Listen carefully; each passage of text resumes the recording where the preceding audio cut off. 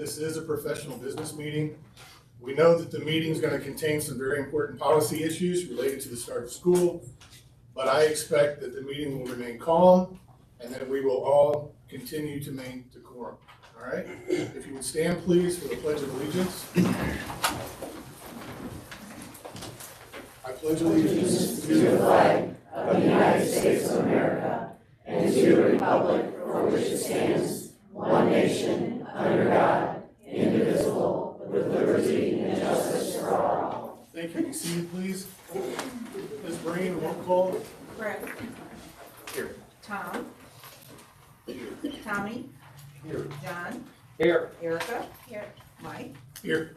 The records will show that Gabriel is on an excused absence. Thank you very much. You have the agenda, excuse me, you have the agenda before you this evening. I need a motion to approve and to adopt the agenda. I move for approval of the agenda as presented. Callahan, second. Howard. Powers, all in favor, say aye. Aye. Motion carries. At this time,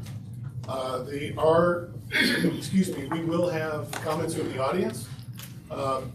And welcome to Gabriel, who has joined us from his firehouse. He's on duty, so you are now part of the duty. Thank you, Gabriel. Please remember that when you're making your remarks, please proceed to the podium.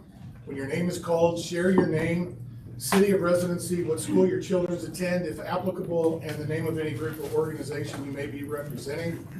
Please limit your remarks to no more than 3 minutes. In consideration of everyone's time, please select a group spokesperson to represent your interest, or you may choose to pass when your name is called if a previous speaker has already expressed your concerns. Written comments and/or materials will be accepted and should be given to our board secretary for distribution. And please ensure that there are at least 8 copies when you do so. Our first speaker this evening is Jamie LaCastro. Jamie LaCastro.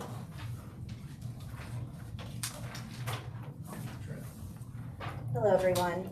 Dr. DeGray and members of the board. Thank you for the opportunity to speak tonight.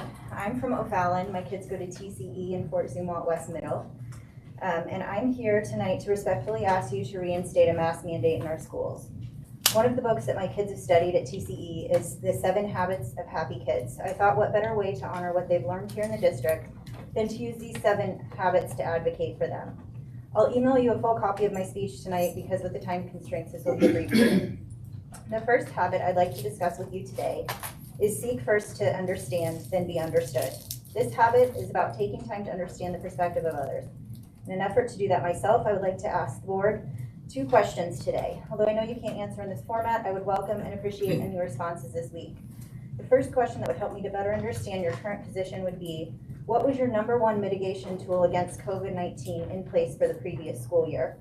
And the second question I have is, if virtually almost all experts say that there should be universal masking for school children this fall, do you have data or expert recommendation to the contrary, and if so, what is it? The second habit I'd like to bring to your attention is be proactive. Now, as we know, being proactive focuses on eliminating problems before they have a chance to happen. Let's be proactive and reduce the severity of COVID-19 and its effects in our schools this year. Let's not wait until after staff and kids get quarantined and can't come to school, or after a staff member or child ends up with a lifelong disability, and let's not wait until someone dies. Let's be proactive so our school year is not continually interrupted and we can reduce the number of staff and students who are absent and sick. The next habit to share is put first things first. This habit is about organizing and executing around the most important priorities. In this case, the most important priority is the safety of our kids and the desire for an in-person continuous education. This requires prioritizing the recommendations of experts above the opinions or preferences of any one constituent, especially when it comes to safety and communicable disease. Yes, there may be different perspectives or preferences among parents, but there is only one consensus among infectious disease experts and pediatric experts, and that is to universally mask students and staff in school. Effective leaders rely on the expertise of others, and I urge you to follow the public health recommendation of the experts. The next habit is begin with the end in mind. Beginning with the end in mind means to bring your vision to life by accordingly planning on best how to get there. Your goal, and probably the goal of every parent this year, is to have all kids attend in person. What do we have to do to make that happen? We have to create a safe environment as well as one that does not constantly shut down due to quarantine. Universal masking in our schools will reduce both the number of sick students and staff as well as quarantine, allowing us a better chance for this uninterrupted year. Let's keep that goal in mind. The next habit I want to draw your attention to is sharpen the saw. In the 7 Habits of Happy Kids, they define this as body, heart, mind, and soul working together. Staying healthy both physically and mentally increases our capacity to handle challenges around us. For children, this means when they are healthy, they are better able to learn and grow. According to North Carolina State University, their models project that universal masking will result in a 50% reduction in viral reproducibility. Simply put, universal masking in schools keeps kids healthier and kids can learn better. Ms. LoCastro, I'm Yes. sorry, your time's up. Thank you. Next speaker this evening, April Rivera? Correct. Okay, good. Hello, my name is April Rivera. I have 2 children that are in the MG school, in our school district. Sorry, this is my first time. Last year we did virtual because I was concerned about the safety procedures that you would have, and to my surprise and delight, you did a very, very good job. Using the tools that you had at hand, the distance, the washing your hands, the mask, the school did well. So this year, I talked to my pediatrician and she explained to me that my children must go to school in person. So I'm going to. I'm very concerned that you're taking away one of the tools that we have to keep children safe. My kids aren't old enough to get vaccinated. If they were, I would do that. And then I would let all the other parents worry about their own boats. But right now, we're in the same boat. And it's my hope that we can use all the tools that we have at hand to help ourselves. Now, there were 2 students that got together with 13 other kids and wanted to come here tonight to speak, but they were afraid of what all this might look like for them. So I told them that I would read their statement for them, but I'm going to change their names or at least omit them. Becky is 13. She said that she's lucky enough to have been vaccinated and is IgA deficient, which results in a compromised immune system. She also has asthma, celiac disease, hypervisceral algesia, sensory issues, anxiety, and ADHD. Her mother is also high risk with asthma and other health issues. At the last board meeting, she went to it and she said that there was a trust she said a board member said that trust was earned, and it's hard to earn, but it's easy to lose. She did virtual last year, which was the hardest year of her life, and her family was impressed by how the pandemic was handled for in-person students in the district. She said that you earned their trust, so much so that hand in hand with her own vaccination, she felt it safe to go back to school this year. However, she feels that her trust has been broken by allowing masks to be an option and not a requirement. She understands that there could be children for whom wearing a mask is a health issue, and they, however, have the ability to get a special letter from their doctor allowing them to be exempt, and other measures could be in place for them to be safely in person. They don't have that luxury. They talked to several other children, and here are the examples. Lyric is entering 6th grade and won't be 12 until February.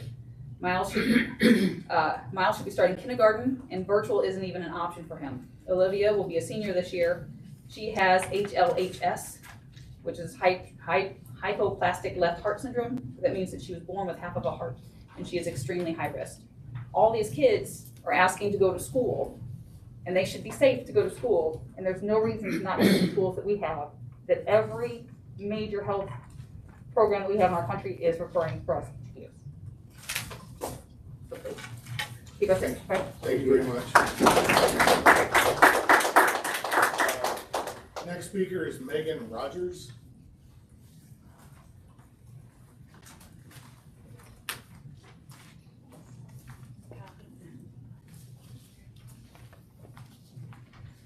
My name is Megan Rogers.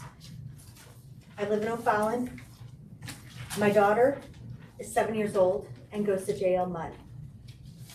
I'm going to take off my mask in order to be heard. I came here today to talk about the upcoming school year and my daughter's health and safety. It's concerning that we are about to enter a new school year with hospitals full to capacity and children's hospitals at near capacity. Our urgent cares are full. My daughter broke her toe last week. It was a Tuesday at 10 a.m. The urgent cares in the St. Louis area were full. They were full up for the day at 10 a.m. There were 33 people waiting in line. There was nowhere to go. Yet our schools are still mask optional for our most vulnerable. K through 6th grade, they can't vaccinate. So wearing a mask is the only protection they have.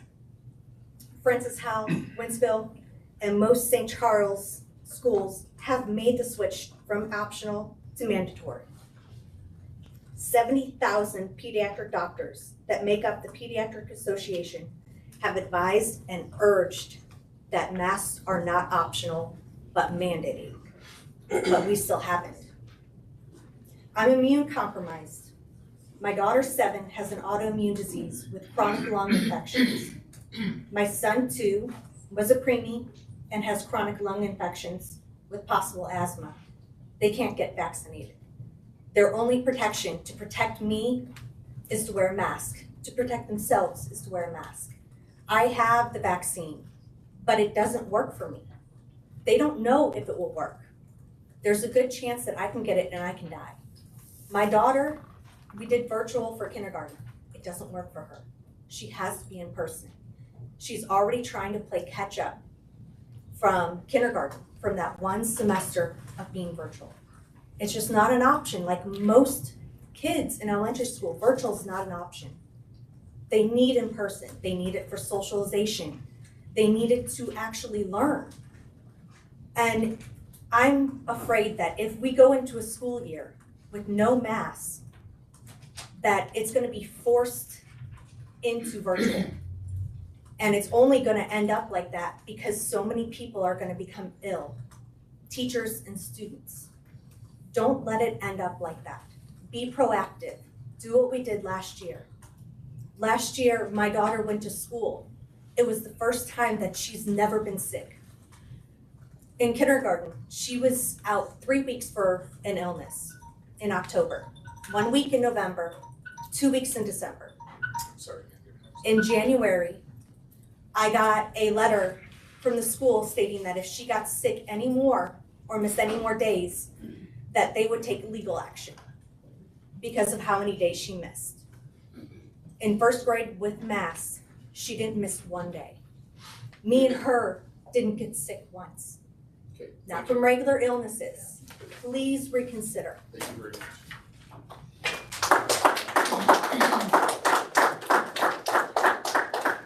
Next speaker is Mariah Hahn. Did I get that right?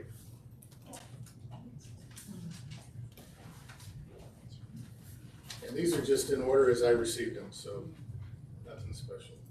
My name is Mariah Hahn. I reside in St. Peter's. My nephew would be going to DeBray Middle School.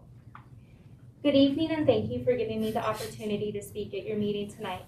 I first and foremost want to thank you as a board and superintendent on the excellent job you did last year mitigating COVID-19 in our schools through mandating masks and social distancing. I am here tonight speaking on behalf of the healthcare community in St. Charles area and over 200 concerned parents in our district.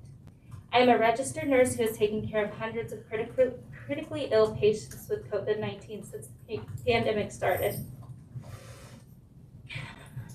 We urge you to consider the following guidelines from the CDC, the American Academy of Pediatrics, and the Metropolitan St. Louis Pandemic Task Force, which is made up of the 4 main health systems in our region, recommending masks for all students, whether vaccinated or unvaccinated.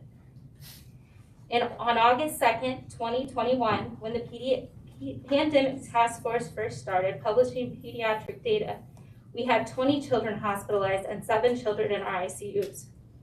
Most of these children are not high risk or having medical complications prior to contracting COVID. Just average healthy elementary, middle school, and high schoolers. However, in the last month, we have had 564 pediatric cases reported to the St. Charles County Public Health Department, compared to 179 cases the last full month school was in session with mitigation measures in place. That's 32% or 3-fold increase. According to your own dashboard, in the last week of school, there were 0 cases in staff and 2 cases in students. The new variant is dangerous to children and is much more transmissible, with the average unmasked infected person infecting 4 people when the original strain only infected 2. In an enclosed learning environment, having unmatched children together would result in an outrageous number of infections and quarantines of students, staff, and families at home, which would affect the lives of our entire community. Further, while statistically children are still less likely to experience severe or critical illness, there are significant sources of transmission of the disease to others. Put simply, a child who becomes infected may not end up in the hospital, but they can transmit the disease to their siblings, parents, grandparents, neighbors, or other more vulnerable individuals who are at risk for serious complications. Continuing to mask in classrooms will ensure schools provide the best opportunity for learning without interruption from illness, contact isolation, and quarantine. Again, thank you for the opportunity to express what many of us believe to be the appropriate course of action now to protect our children.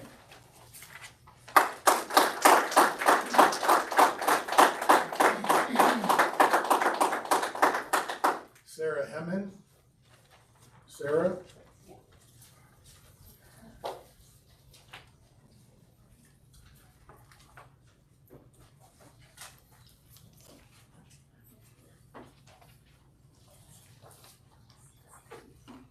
Hello, and thank you for your time you've granted me today to address you all. My name is Sarah Hemmon. I live in St. Peters. I have 3 children in the district, 2 at Mid Rivers Elementary and 1 at DeBray Middle School. I am here tonight with a very clear purpose. I'm here to ask all of you to help us protect the children of this district and its community. As a mother, a nursing professional, and a nurse educator, and a community member, I have concerns about the current mask optional policy that I wish to speak to you today. First, I'll share my perspective as a professional registered nurse and nurse educator in the area. I work at the bedside at a local children's hospital, and I've seen and heard firsthand the effects this virus has had on the healthcare system during this pandemic. It is extremely burdened, overwhelmed, and running out of resources at various times, including personnel and space. As a nurse educator, I also work hard to prepare new nurses for the workforce they're about to enter. They inspire me with their initiative and intent to pursue this career in the middle of a pandemic that has wreaked havoc on nursing professionals and other healthcare professionals. And I am proud of them. But I would be lying if I said I wasn't worried about them. I'm worried about them being put in situations they are not ready for simply because their facility is short-staffed. And I guarantee this is an inevitable situation, not a hypothetical. I am worried about them experiencing the sting of burnout well before the typical length of time for nurses, simply because of the stress they will experience and the heartbreaking situations they will be sure to witness. Now, my clinical experience is within a neonatal ICU. I don't take care of COVID patients. We've only had in my unit 1 or 2.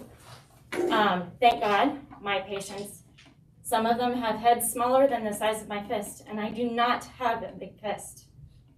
It would wreak havoc in there. But my students have been taking care of them all this time, former and current. As their educator, I feel that I must advocate for them and my profession to the best of my ability. Requiring masks of teachers, staff, and children in the Fort Zumwalt School District can and will decrease the number of cases that healthcare workers in the St. Louis community will have to care for. Second, I am speaking to you as a community member.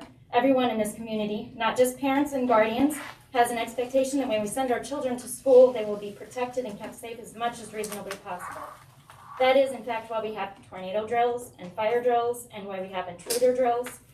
We practice these scenarios because these are real threats to our children, and any harm of a child or loss of a child is sorrowful. But if it is preventable, it becomes tragic. The threat of becoming sick with COVID-19 or passing it on to others is yet another real threat. An opportunity to prevent a significant number of cases is right before us. Requiring masks of children, faculty, and staff while at school can minimize the effects of COVID within the school system, the Fort Zumwalt families, and the Fort Zumwalt community. Last school year, you overwhelmingly chose to listen to our recommendations of certain agencies, the American Academy of Pediatrics, and other agencies. I urge you to continue to listen to them. Thank you, Ms. Emma.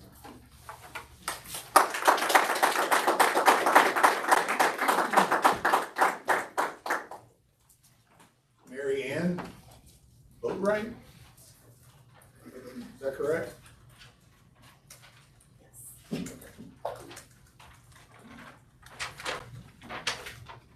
I'm Mary Ann. I live in St. Peters, and all of my grandsons have gone to Fort Zumwalt. Masks don't stop viruses, and it says so on the box. Children have a 99.99% COVID recovery rate. The largest randomized control trial of 6,000 Denmark participants showed no COVID difference between masked and unmasked. Masks cause tooth decay, gum infections, staph infections, headaches, and exacerbates asthma. Cancer grows rapidly in a low oxygen, acidic environment. Masks impair natural immunity. Fauci and NIH noted majority of people who died during the 1918 Spanish flu epidemic did not die of the flu, but of bacterial pneumonia. Dirty, moist masks worn all day create perfect bacterial pneumonia environment. Many blue masks contain formaldehyde, which can't be healthy for children. Spanish and German researchers found graphene oxide in all COVID vaccines they tested. They also found it on some masks and some nasal swabs. Graphene oxide is a metallic toxin that causes COVID symptoms. We want children taught, not indoctrinated. Teach life skills, reading, writing, math. Cursive, they'll need that when they enter into contracts. No unscientific, unbiblical sex ed. He made them male and female means there are two genders and you can't pick yours. There should be no validation of being born in the wrong body, hormone blockers, sex reassignment, drag queens, porn, or abortion. No critical race theory. Telling a child they're a racist oppressor because they're white is evil.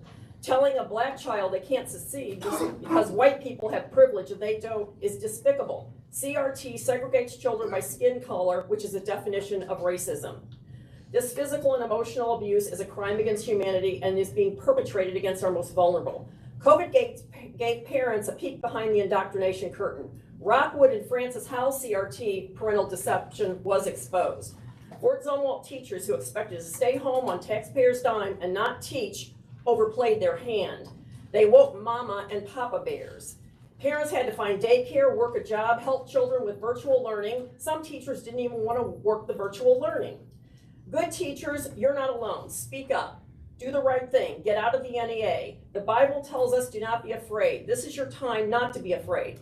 Anyone who studied history or fled communism knows the playbook. A color revolution strikes fear, creates supply shortages, divides us by color, sex, masked, unmasked, vaxxed, unvaxxed. We're easy to pick off when we're fighting one another. Then the Karens insist the school boards enforce mask mandates, tattle on the unmasked and the unvaxxed. Roll out Cloward and Pivens, bottom up, top down. Modern day brown shirts, the BLM and the Antifa, riot, loot, burn, terrorize, and we're supposed to beg someone to save us.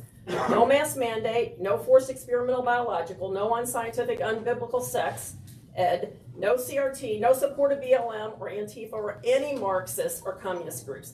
This board and good teachers need to find your moral compass and do the right thing. Be on the right side of history and do not be afraid. If not, parents, grandparents, Christians, and citizens who want to protect children will have to run for school board. And it seems odd and discriminatory that masks are optional for everyone except the student nutrition employees. Ms. Bowrick, your time is up. Just want to say one thing in conclusion. Wearing a mask is like putting up a chain link fence in your yard to keep the mosquitoes from your neighbors out. Thank you.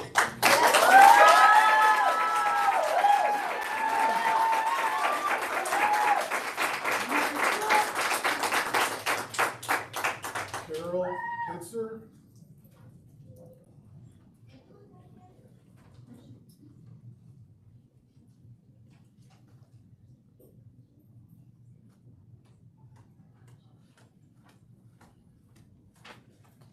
Hi, I'm Carol Pitzer, and I agree with everything that Marianne Boatwright just stated, for the record. And I really am disappointed that LGBT lifestyles, the gender choice that's being taught to my granddaughter. It's affected our whole family in a very negative way. So, but I'm going to talk about the masks tonight. For nearly 18 months now, our children have been the collateral damage of the politics surrounding the virus. I say this because, as everyone has heard by now, the death rate for children due to COVID is nearly non-existent. If this board votes to mandate masks on children, they're choosing to restrict our children's breathing, inhibit our children's learning of phonics and speech, and there is no doubt that the masks cause anxiety headaches and depression. They can't relate to other people as well. Their classmates, the teachers. Expression is part of our body language, our facial expressions, and that's taken away with the masks, as well as all these things that medical reasons that Marianne stated. I'd like to remind the board that it's not your job or your role to make health and safety decisions for our children. That's a parent's job. Choosing a mask optional policy for this school year puts that choice into the parents' hands where it belongs. You cannot do this to these kids and require masks just days before school starts. This is unfair to our students, our parents, our families, and our community, and it would be devastating. You will have a mass exodus from this district, I predict. Our children have the right to breathe freely. It's a God-given right that they're given. Please do not take away this right, and do not take away a parent's right or a grandparent's right, or whoever's taking care of that, responsible for that child, to make the appropriate decision for their children. Thank you for hearing me.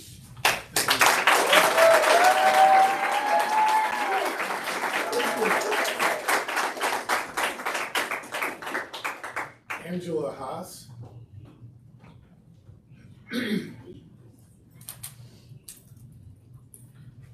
So I really just found about the meeting today. So I'm sorry. I just found about the meeting today. Yeah, if you would please give us your name. My name is Angela Haas. I have 2 children in the district. One goes to Dardine, one goes to Sal. I don't really have anything prepared. I am a nurse as well. I just work back 12. Left is got up here. I was also a school nurse for 4 years in another district in St. Charles City. I have since resigned, not over masking, over some decisions that were made by the board that were implemented on the nurses that we did not have input on. The reason I decided to come today is because I have respect for everyone in this room, all of you included. I have some different experiences as a nurse. I currently work in a facility as well. I see firsthand the situation as well.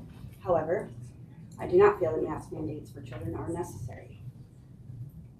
I really do not want to see my children in masks this year. I have a small child who has regressed. We have changed schools. We have moved our home. We literally just moved. I'm staying in the district. I have respect for your district.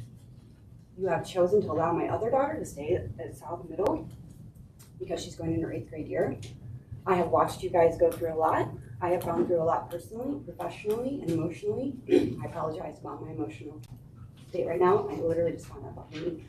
But I was waiting and waiting for the decision. I won't name the district I used to work for, but they did just decide the last second to go mask mandate. So I came today to see if that was going to be the decision with you guys. I wrote down a couple things and decided, you know what? I'm just going to speak from my heart. I've been a nurse for over 10 years. I currently work in a facility as well. Yes, we're seeing some COVID rising. They're vaxxed, they're unvaxxed. I don't care. I don't care about that.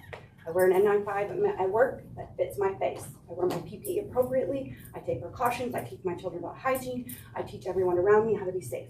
I want everyone to be safe. I don't want this you versus me. It's not about politics. It's not about red and white. It's about love and respect for everyone. I love my job. I love being a nurse. I love my kids. I love this district. I would not want to be in your shoes. I would not be in any of your shoes. Please, at the end of the day, remember, they're kids and I know you're doing your best. I love my job as a school nurse. And the place where I was really not listening to its nurses. I thought I was going to resign from that job. But I unfortunately had to resign. I thank you for listening to me. I know it was a little less organized in front of people. At the end of the day, please all have respect for each other. They cannot make a decision that's going to make us all happy. I just really want my babies to go to school without the mask this year. I don't see the efficacy for school children to have masks. Thank you.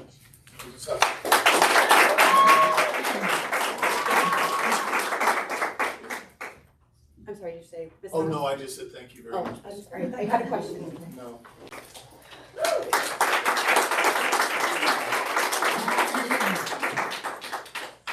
reference, we are keeping time up here, so you don't have to do that, just so you know. Michelle Wall.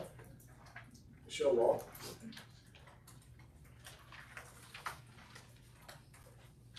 Good evening, my name is Michelle Wall. I have 2 children in the district, a 3rd grader at Lewis and Clark Elementary, a 1st grader at St. Peter's Elementary, and then I also have a 3-month-old at home.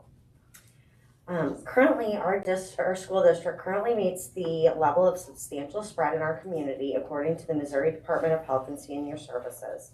By the health department's definition, this is a positivity rate of greater than 10% or greater than or equal to 100 new cases in 7 days per 100,000.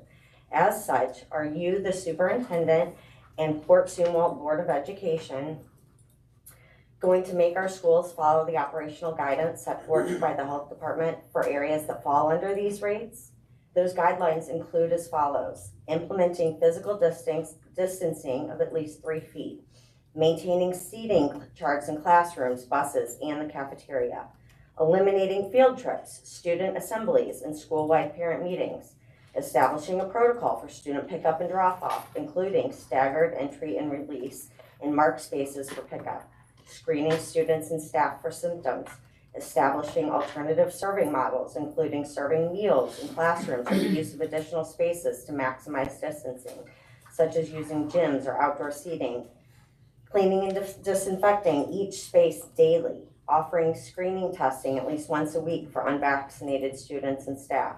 And most importantly, will you follow the health department's recommendation for schools in this zone of substantial spread, which says that mask use is recommended for individuals regardless of vaccination status, including students, teachers, and staff?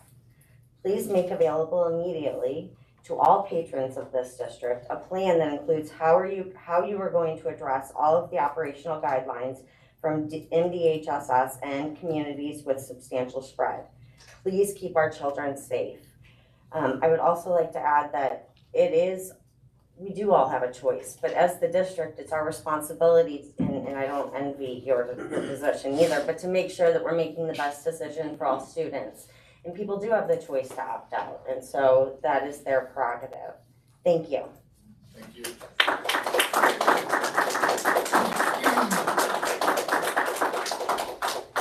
Joe Bacon.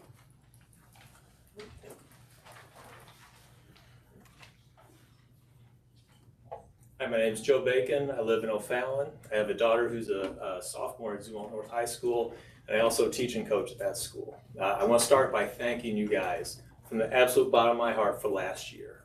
And not that it was perfect, but for us to be able to be in school, the school part and for the extracurriculars, that absolutely saved kids.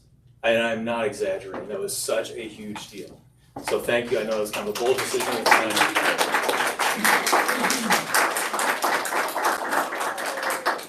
It was a big decision, and you guys were willing to take that risk, and I cannot thank you more. Okay, so the health of our kids is paramount importance, right? Like, that is what we all want. Okay, I feel like over the last 18 months, our focus has been solely on one part of their health, which is their physical health, which is super important. But there's also their academic health. There's also their psychological health. And this isn't to you, this is to our country. It's all been about physical health. So obviously we all disagree on the best way to make our kids physically healthy, and we're not going to hash that out tonight. Okay, so I'm not even really going to go into that. But it is important. But also academic health is pretty dang important too. And this is something we all agree, like virtual, for most kids does not work. Being in school, it is so significant. It doesn't work from either as a teacher or as the kids. A phrase we hear a lot, an abundance of caution. And it's typically in regards to the physical health of our kids. And it sounds great and it's important. But if we were to take an abundance of caution and apply it to their academic health, our kids would never miss a day of school. Now, is that feasible? No, it's not. And there's times when their physical health might demand that we have them not be in school, even though that hurts their academic health. But we need to really consider that academic side of their health when we look at the big equation. Okay, so there's those two sides. And then the one side I feel like gets almost no attention is their psychological health. So when I came here and talked last year, it was very similar. Okay, not a lot of smiles up front. That's totally okay. I get it. Like, it's tough to present and try to connect with people and have nothing coming back. Okay, my wife reminded me of that the other day. I was talking to her, she's like, hey, you remember last year? And you said, I was like, oh yeah. It's like going to a job interview and like you're trying to connect and there's nothing. Okay, if you think about a kid in school where everybody's wearing masks, can you still communicate? Yes, you can. You can still look at their eyes, you can still speak, but you're missing an awful lot of communication with the masks on. But it's not just one person talking for 3 minutes to 10 people or whatever. It's one person surrounded by 1,000 people for 7 hours a day, 5 days a week, and you do that for what, 36 weeks. That has an impact on people. And I'll be honest, early last year I had a kid come talk to me, he was struggling with everybody wearing masks, and I totally blew it off. Because I thought he was just kind of being a baby about it. Okay, and as the year progressed, we get through Christmas break, we're heading into second semester, I absolutely felt the effects of not being able to connect very well with people. And it's not that there was no communication or no connection, but it was significantly different. Mr. Bacon, if you could wrap it up. Yes, sir. Okay. So with that in mind, okay, when we talk about, again, abundance of caution, if we could please consider all three parts of our students' health. Their physical health, absolutely. Their academic health, absolutely. But also that emotional, psychological health. I implore you to please make that part of your decision, whatever you decide. And as somebody else said, we are all in this together. We're not all going to agree, but we got to try our love as well as we possibly can. Thank you very much.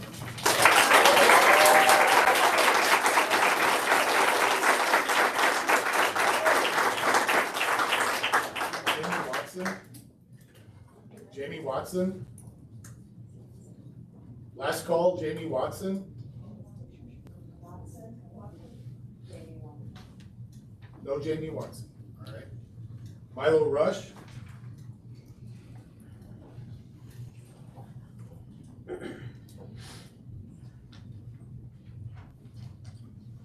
First of all, Milo, that's a very cool name. Thank you. So to start, I'd just like to say, my name is Milo. I live in St. Peters, Missouri. I attended South Middle in 6th grade, but since then I've been going to some private schools. But before I get into it, I just like to say how I got here. It actually started with, I was coming here for a Boy Scout requirement in order to earn a merit badge. And I was talking at dinner with my mom about what we were going to be discussing here, and I said, you know what, I could probably talk at this. And she was like, you know, you actually can. So that's how I ended up here. I wrote this on the way here, but I'm currently a freshman at Lutheran High School in St. Charles. Even though I don't go to Fort Zumwalt, this decision is going to play a big role in how my school is going to move forward with their masks. A couple reasons why I think there should not be masks. I run cross country. I do very well in cross country. I cannot run in a mask. That does not work. It does not help me with my training. I have to cross my entire school twice during the day in 5 minutes, and I can't do that without losing my breath and having to pause. St. Charles County has no mask mandate. Last year I attended a small private school here in St. Charles County. There were no masks in the school, and no one transmitted COVID student-wise. But for kids, some of my friends and some of the parents I was talking with outside, they have learning and social disabilities. Some of my friends, their hearing's not the greatest, so they use lip reading as a way to understand what their teacher is saying, and they can't do that. I have a teacher right now who he can't hear the best, and he uses that to understand what we're saying whenever we ask him a question. But right now, one of the major moments in my life and in a bunch of kids' lives in middle school, high school, where they're making friends that they'll probably keep close throughout the rest of their lives. And making friends with a mask on is not easy. Just imagine trying to make a friend without being able to see what their face looks like. Last year, I made a couple friends, but not too many outside of school because I couldn't see what anyone else that I was around looked like. But just to continue on with some of those points I was making, just cross country, there's some kids who they can't run because of the fact that they have asthma or breathing disabilities. But then if you take that away from, if you make it harder for other kids to breathe, then they can't do the same activities. I know kids in sports who can't participate in their sports because of masks. Some of my friends were going to run. They got slower mile times during assessments because they had to wear masks while running. But please conclude. Yeah, all right. So, but just overall, just making friends is really hard in masks. And so, thank you for your time. I hope you take this into consideration.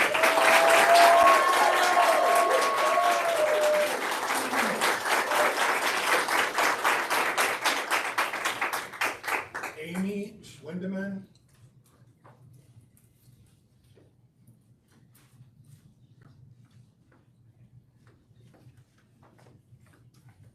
Hello, good evening. Thank you for allowing us all to speak today. My name is Amy Schwendeman. I have 2 students in the district, one at South High School and one at South Middle School right now.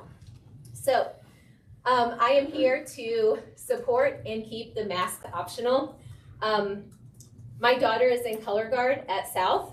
She's been practicing since June along with the band and now all sports as of the past couple of weeks. They have been inside and outside. Inside due to the heat and the weather. They have not had to wear masks at all so far. I've been to registration at South Middle School and to booster meetings, and the majority of the people are not wearing masks. I have not been wearing masks. I have not heard or seen a spike in COVID cases within this population. By participating in these sports, by participating in marching band, and participating in color guard. Again, inside and outside. The energy and confidence from these kids has surged since the beginning, or since being back together at practices and events throughout the summer while not wearing masks. You expand that a little bit further, you look at all of the sports, the youth sports that have been in very close contact with soccer, softball, baseball all summer. I have not heard of or seen a spike in any of that population as well with not wearing masks. If someone feels more comfortable wearing a mask, I fully support them. But I feel that each individual needs to be able to choose what is best for them and their family. I speak on a regular basis and the extra strain that kids have to use to fully understand everything that I say because I'm wearing a mask. I fully support everything that Coach Bacon has said as well. There is a communication that is not happening and a learning that is not coming across fully with students because we are masked, because they are masked. And I will say, wearing a mask 7 hours a day, speaking for 5 of those hours each day is very difficult. As an adult, as students, they are not speaking 5 hours a day like their teachers are. And again, the communication with all of my students, I have several students that have learning disabilities, and like Mr. Bacon and Milo said, they do a lot of lip reading. And so it's very important on the academic side and the mental side that we keep masks optional for those that feel comfortable without it and those that feel comfortable with it. Let it be their decision. Thank you.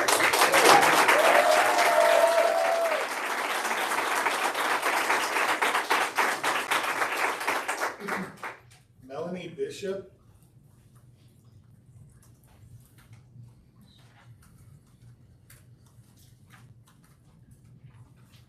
Mr. Helms, I'm sorry my back is to you, so I see you. And, so my name is Melanie Bishop. My son is part-time at Christian High School and part-time enrolled as a senior at Zumwalt North. He was full-time junior last year at Zumwalt North. Thank you for your tireless efforts and hours of volunteer service representing the parents and the community, and most importantly, the students under your care. I began my teaching career here in this district decades ago as a teacher and coach at Fort Zumwalt South High, and then taught at DeBray Middle School, and then had the privilege of being the Teacher of the Year in this district in the year 2000. I have an affinity for this district, especially now that my children are educated here. My youngest is, like I said, a senior. part-time, and my oldest son graduated in 2020 from North High. I reviewed the draft Return to School 21-22 document listed on the agenda. I'm grateful to Dr. DeBray and his administrative team for the Return to School plan, most notably the mask optional policy.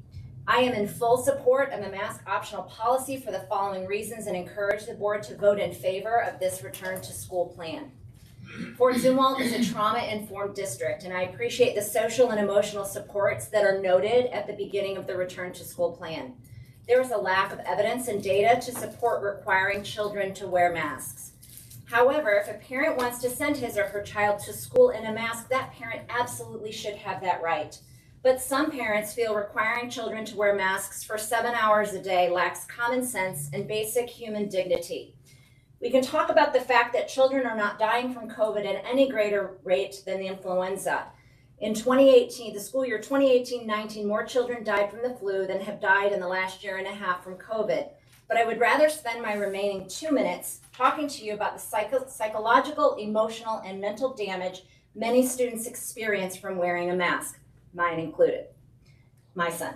Some students are psychologically scarred, feeling afraid that everyone around them is sick, which is simply not true. There may be lifelong and generational consequences based on these decisions we are making.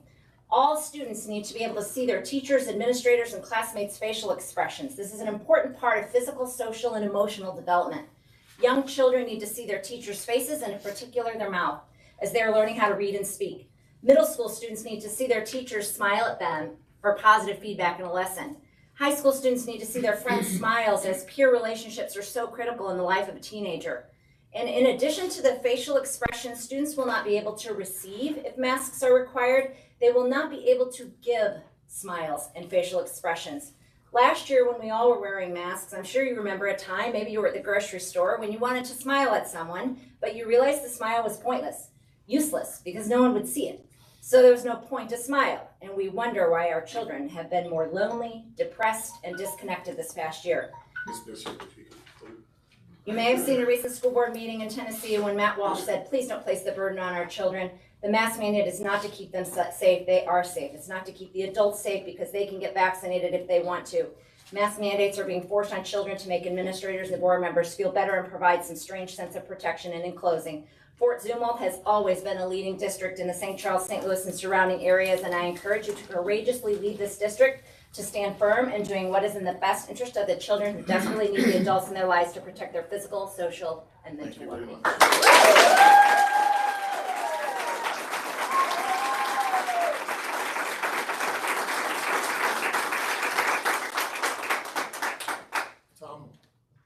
Tom and I apologize. Brock? Brock? Yeah. What is it? Brock, like Lou Brock? Brock, I like it. No relation? Not even spelled the same. Yeah, no. So my name is Tom Brock. I have 4 kids in the Rockwood School District, soon to be in the Fort Zumwalt School District this week. We are moving because we wanted to come to a place where masks were optional. I appreciate the sentiments of everyone on both sides. I too have a child with multiple health issues, but putting a mask on her would be the last thing I would do. Here are the facts. CDC in May 20 studied the pandemic influenza published by the US CDC found that face masks had no effect. Peer-reviewed medical studies found that face masks do not seem to be effective against laboratory-confirmed viral respiratory infections. The European CDC found no quality evidence supporting the effectiveness of medical and medical face masks in the community. The Oxford Center for Evidence-Based Medicine found that there is no evidence for the effectiveness of masks against the virus, infection, or transmission. U.S. professors in respiratory and infectious disease from the University of Illinois concluded that face masks have no effect in everyday life, neither as self-protection nor to protect third parties. An August 2020 review by a German professor in virology and epidemiology found that there is no evidence for the effectiveness of face masks. The epidemiologist Michael Osterholm of the Biden COVID task force team states that many of the face cloth coverings that people wear are not very effective in reducing any of the virus movement in or out. According to the Journal of the American Medical Association, there's no evidence to suggest that face masks worn by healthy individuals are effective in preventing people from becoming ill. According to the National Library of Medicine, multi-phase fluid that may be emitted upon breathing, sneezing, or coughing under different environmental conditions. The Oxford Academic Journals state that 2 studies found no protective effect of either medical mask or N95 respirators against SARS. Conclusion, evidence on mask use in healthcare workers is poor. There are also, not just that masks don't work, it's that they're actually harmful to our children in over 22 different health issues. Decrease in oxygen levels, increase in CO2, increase in humidity, increase in body temperature, breathing resistance, increase in respiratory rate, respiratory impairment, exhaustion and fatigue, drowsiness, dizziness, headaches, psychovegetative effect, decrease in empathy, itching, skin irritation, acne, rhinitis, voice disorder, false sense of security, bacteria contamination, fungal contamination, and viral contamination. I would ask you to please keep mask optional. I don't want to return my deposits. I don't want to have to fill out forms again. It's our choice how we protect our kids, and based on the data, keeping mask optional should be your choice too. Thank you.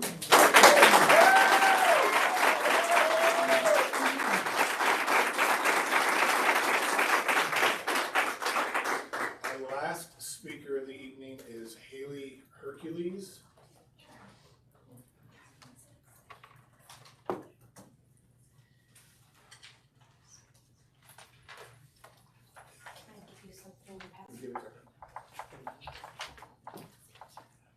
I think the corners are folded on all of them. There should be 7 copies. I'll go to 2 pages apiece.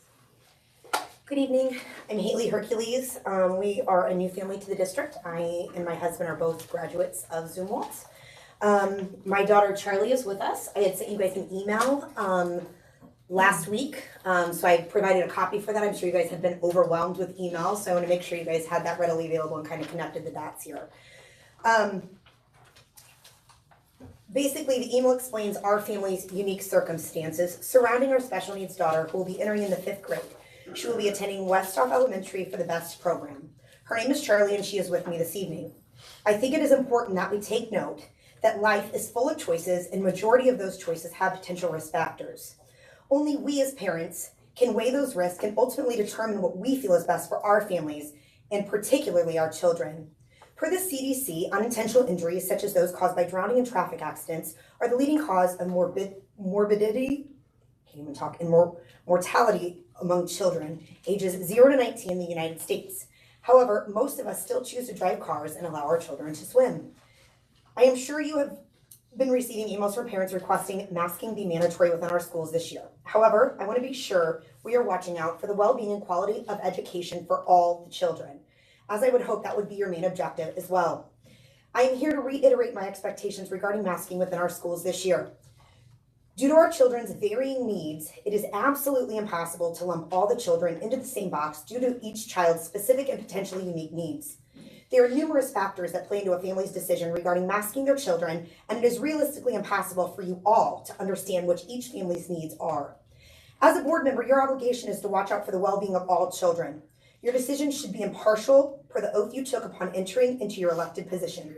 Impartial is a principle of justice, holding that decisions should be based on objective criteria rather than on the basis of bias, prejudice, or preferring the benefit to one person over another.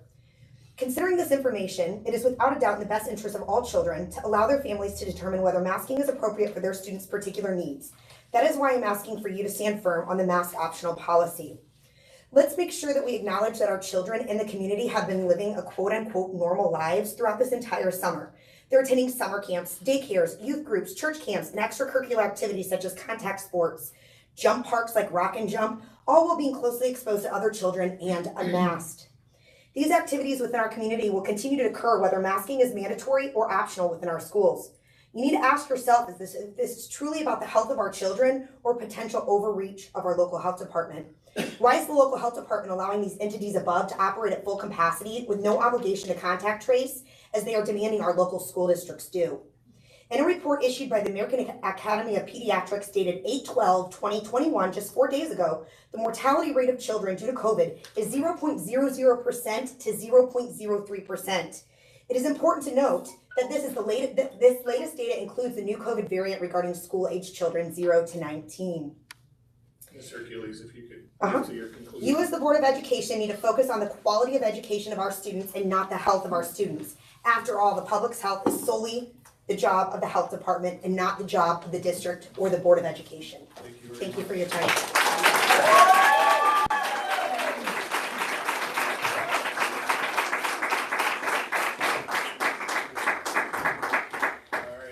We'll close the comments from the audience and move to consent agenda. I need a motion to approve the consent agenda that you have received along with the addendums that we received.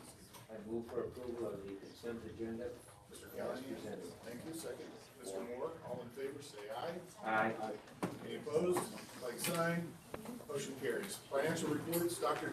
DeBray with Mr. Orr's absence. I'm going to fill in for Jeff Orr, our Chief Financial Officer, and give you your financial reports for this evening.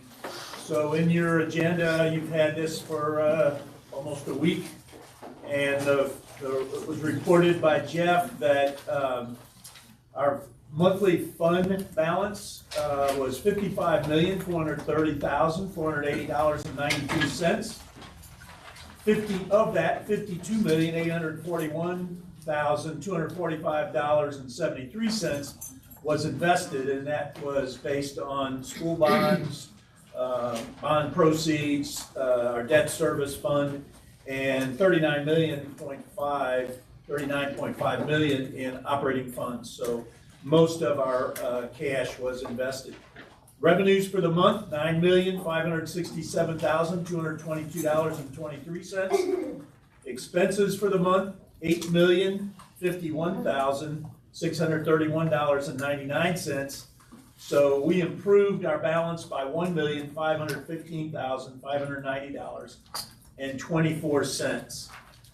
In your accounts payable for the month, we spent $1,957,369.82 and $680,800.43 on utilities. So all of your accounts payable are in the agenda, and that amounted to those expenditures.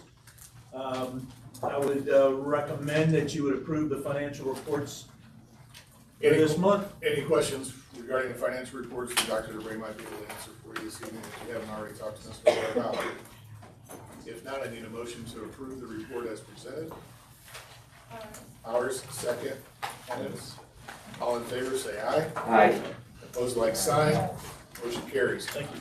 Old business. Ms. Kester, why don't you walk us through what you have going on? Sure. Thank you, members of the board. We're wrapping things up as summer's coming to an end. Our interior renovations project is pretty much completed. We're at Progress South today and tomorrow, finishing up the flooring. We finished it up at Jail Mud and Forest Park Elementary, so those are done. Teachers are ready, they're in to go. And then on the PDC, that's coming to a close here rapidly. The contractor has started, they completed the paving of the last of the parking lot today. They're gonna stripe it tomorrow. We'll start working on some landscaping stuff as we get closer to the permit, or the permitting process. They won't put the plants until it gets closer. But the flooring is almost completed. We've got doors hung, we're waiting for some glass. We've got the big operable doors to go in. But they're gonna start cleaning, and hopefully we'll get Jen and them in on time. So it's going well. All right, very good. Any questions from Mrs. Kester? Right on time. All right. Next item is the extracurricular task force. Dr. St. Pierre, you have a request? Yes, thank you, Mr. Stein. Good evening, members of the board.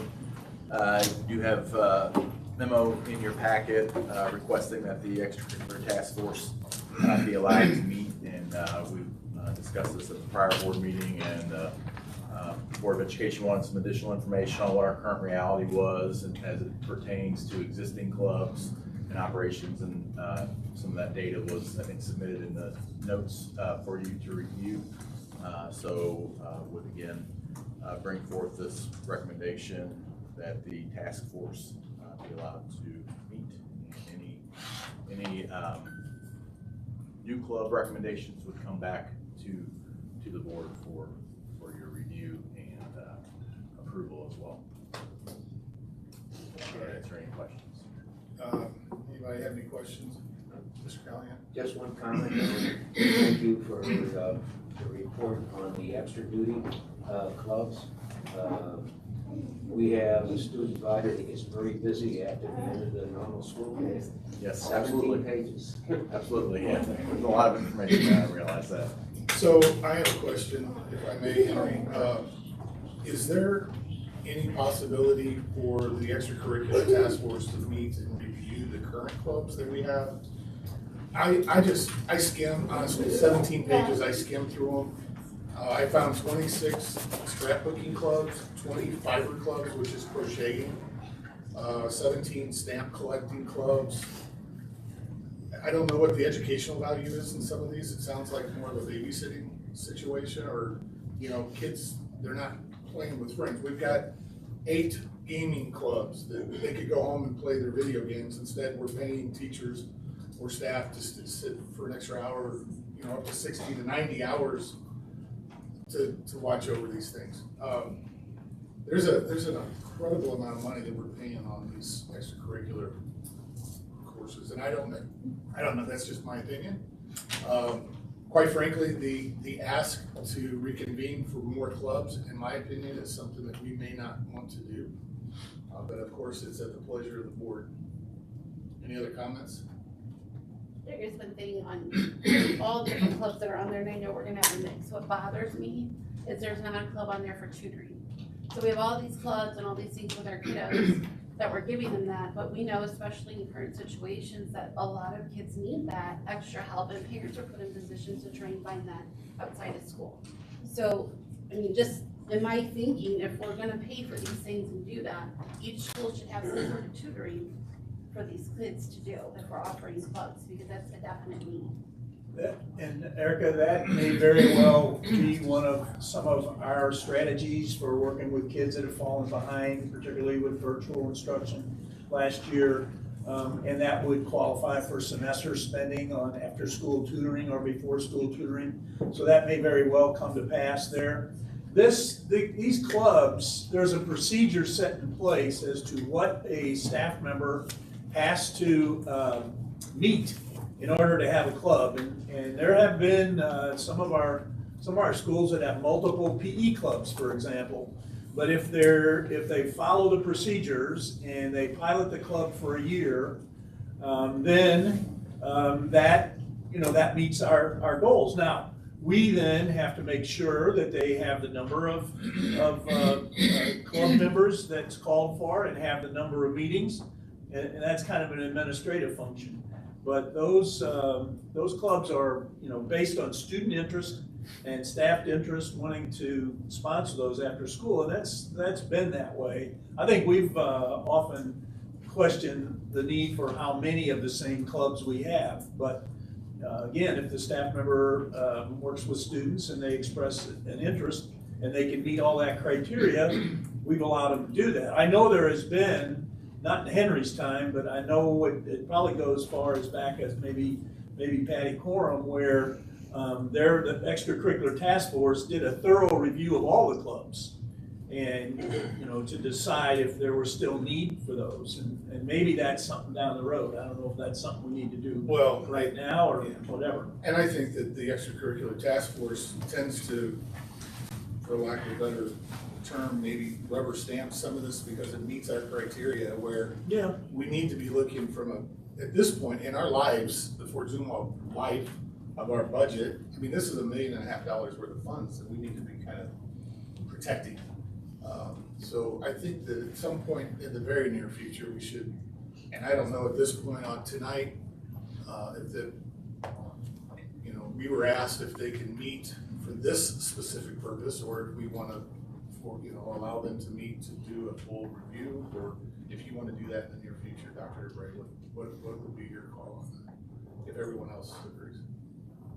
I think if that's what the board wants, they want a thorough review of all the clubs that we are paying all this money for, so that's something that could be done. I do think that right now, things are so hectic getting school started, it would be difficult to throw Henry and all the activity coordinators and teachers that are members of that into that kind of a review. It certainly is something that we could begin sometime this year. Thoughts, comments? We can always look at it, but he's come to us with this request now 3 times. I'm prepared to let him have the club meeting. Yep. All right, let's take a vote. I need a motion and the motion would be to allow the extracurricular task force to meet for the purposes of reviewing the 2 clubs. So it'll be a yes if they meet and a no if they don't. That motion, second with Callahan? Yes. All in favor, say aye. Aye. Any opposed, say no. No. So, okay, the ayes have it. But I would like to. Gabriel, what was your response? I'm sorry. Aye. Aye? I voted in favor. Yeah, I voted in favor of the meeting. Thank you. What was the vote, please? Pardon me? What was the vote, please? The vote was to allow the extracurricular task force to meet. No, how many yes, how many no? 6-1. Dr. DeBray, the coronavirus update. Okay. The coronavirus update, again, has been in the agenda. It is similar to what we had last year, although it was adjusted and approved by the board back in June at our June meeting. So we've been refining it along the way. We had to have a synopsis of our return to school plan in the agenda or by June 23rd, but it was just a synopsis. So since then, we've fleshed it out now. It still has the mask optional part of it that was part of the June 22nd one that you approved. So what I wanted to do is take just a little bit of time and go through the plan and see if you have any questions. I'm not going to hit it word for word because there's some things that I don't think that, unless you have questions that are not as germane tonight as other things. But let me mention, we have to have the next date that we need to hit with our plan is August 23rd. And that's being required by the ESSER's 3 requirements that we have out there. So by August 23rd, we got to have this thing ready. It's very, very close. At this point, there's been a lot of discussion with our principals. We had a community meeting with some teachers, and we had the 2 presidents of the Chambers of Commerce, and we had some PTO presidents, and I thought we had 18 people that were there, and John and Tom Emmons was there as well. So we got some input from them. So let's just dive into it here.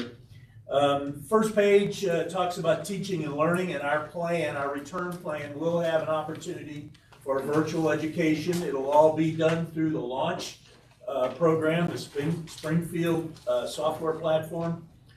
So any of our students, and we were at about 160. Last year we finished the year at almost 2,000, 2,500. So people were interested in coming back to school, and the numbers for virtual were about 160. I think that may or may not go up here as we go on. So we have a virtual plan, and if we would have some type of a shutdown that the governor would put in place or something, those students that had started on the virtual platform, the launch program, would continue, and we would flip everyone else to the Fort Zumwalt virtual plan, which is what we used during the March shutdown, when we were all shut down through the end of the year, beginning in March. Special education is an easy one. The IEP dictates how we deal with special education students, both face-to-face and virtually.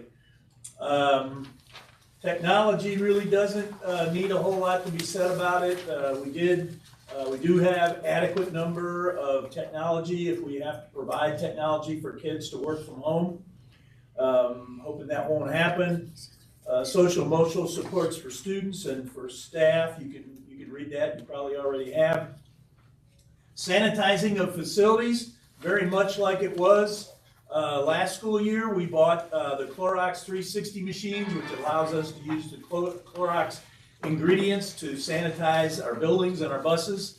We're paying for some of those with ESSER's 3 money.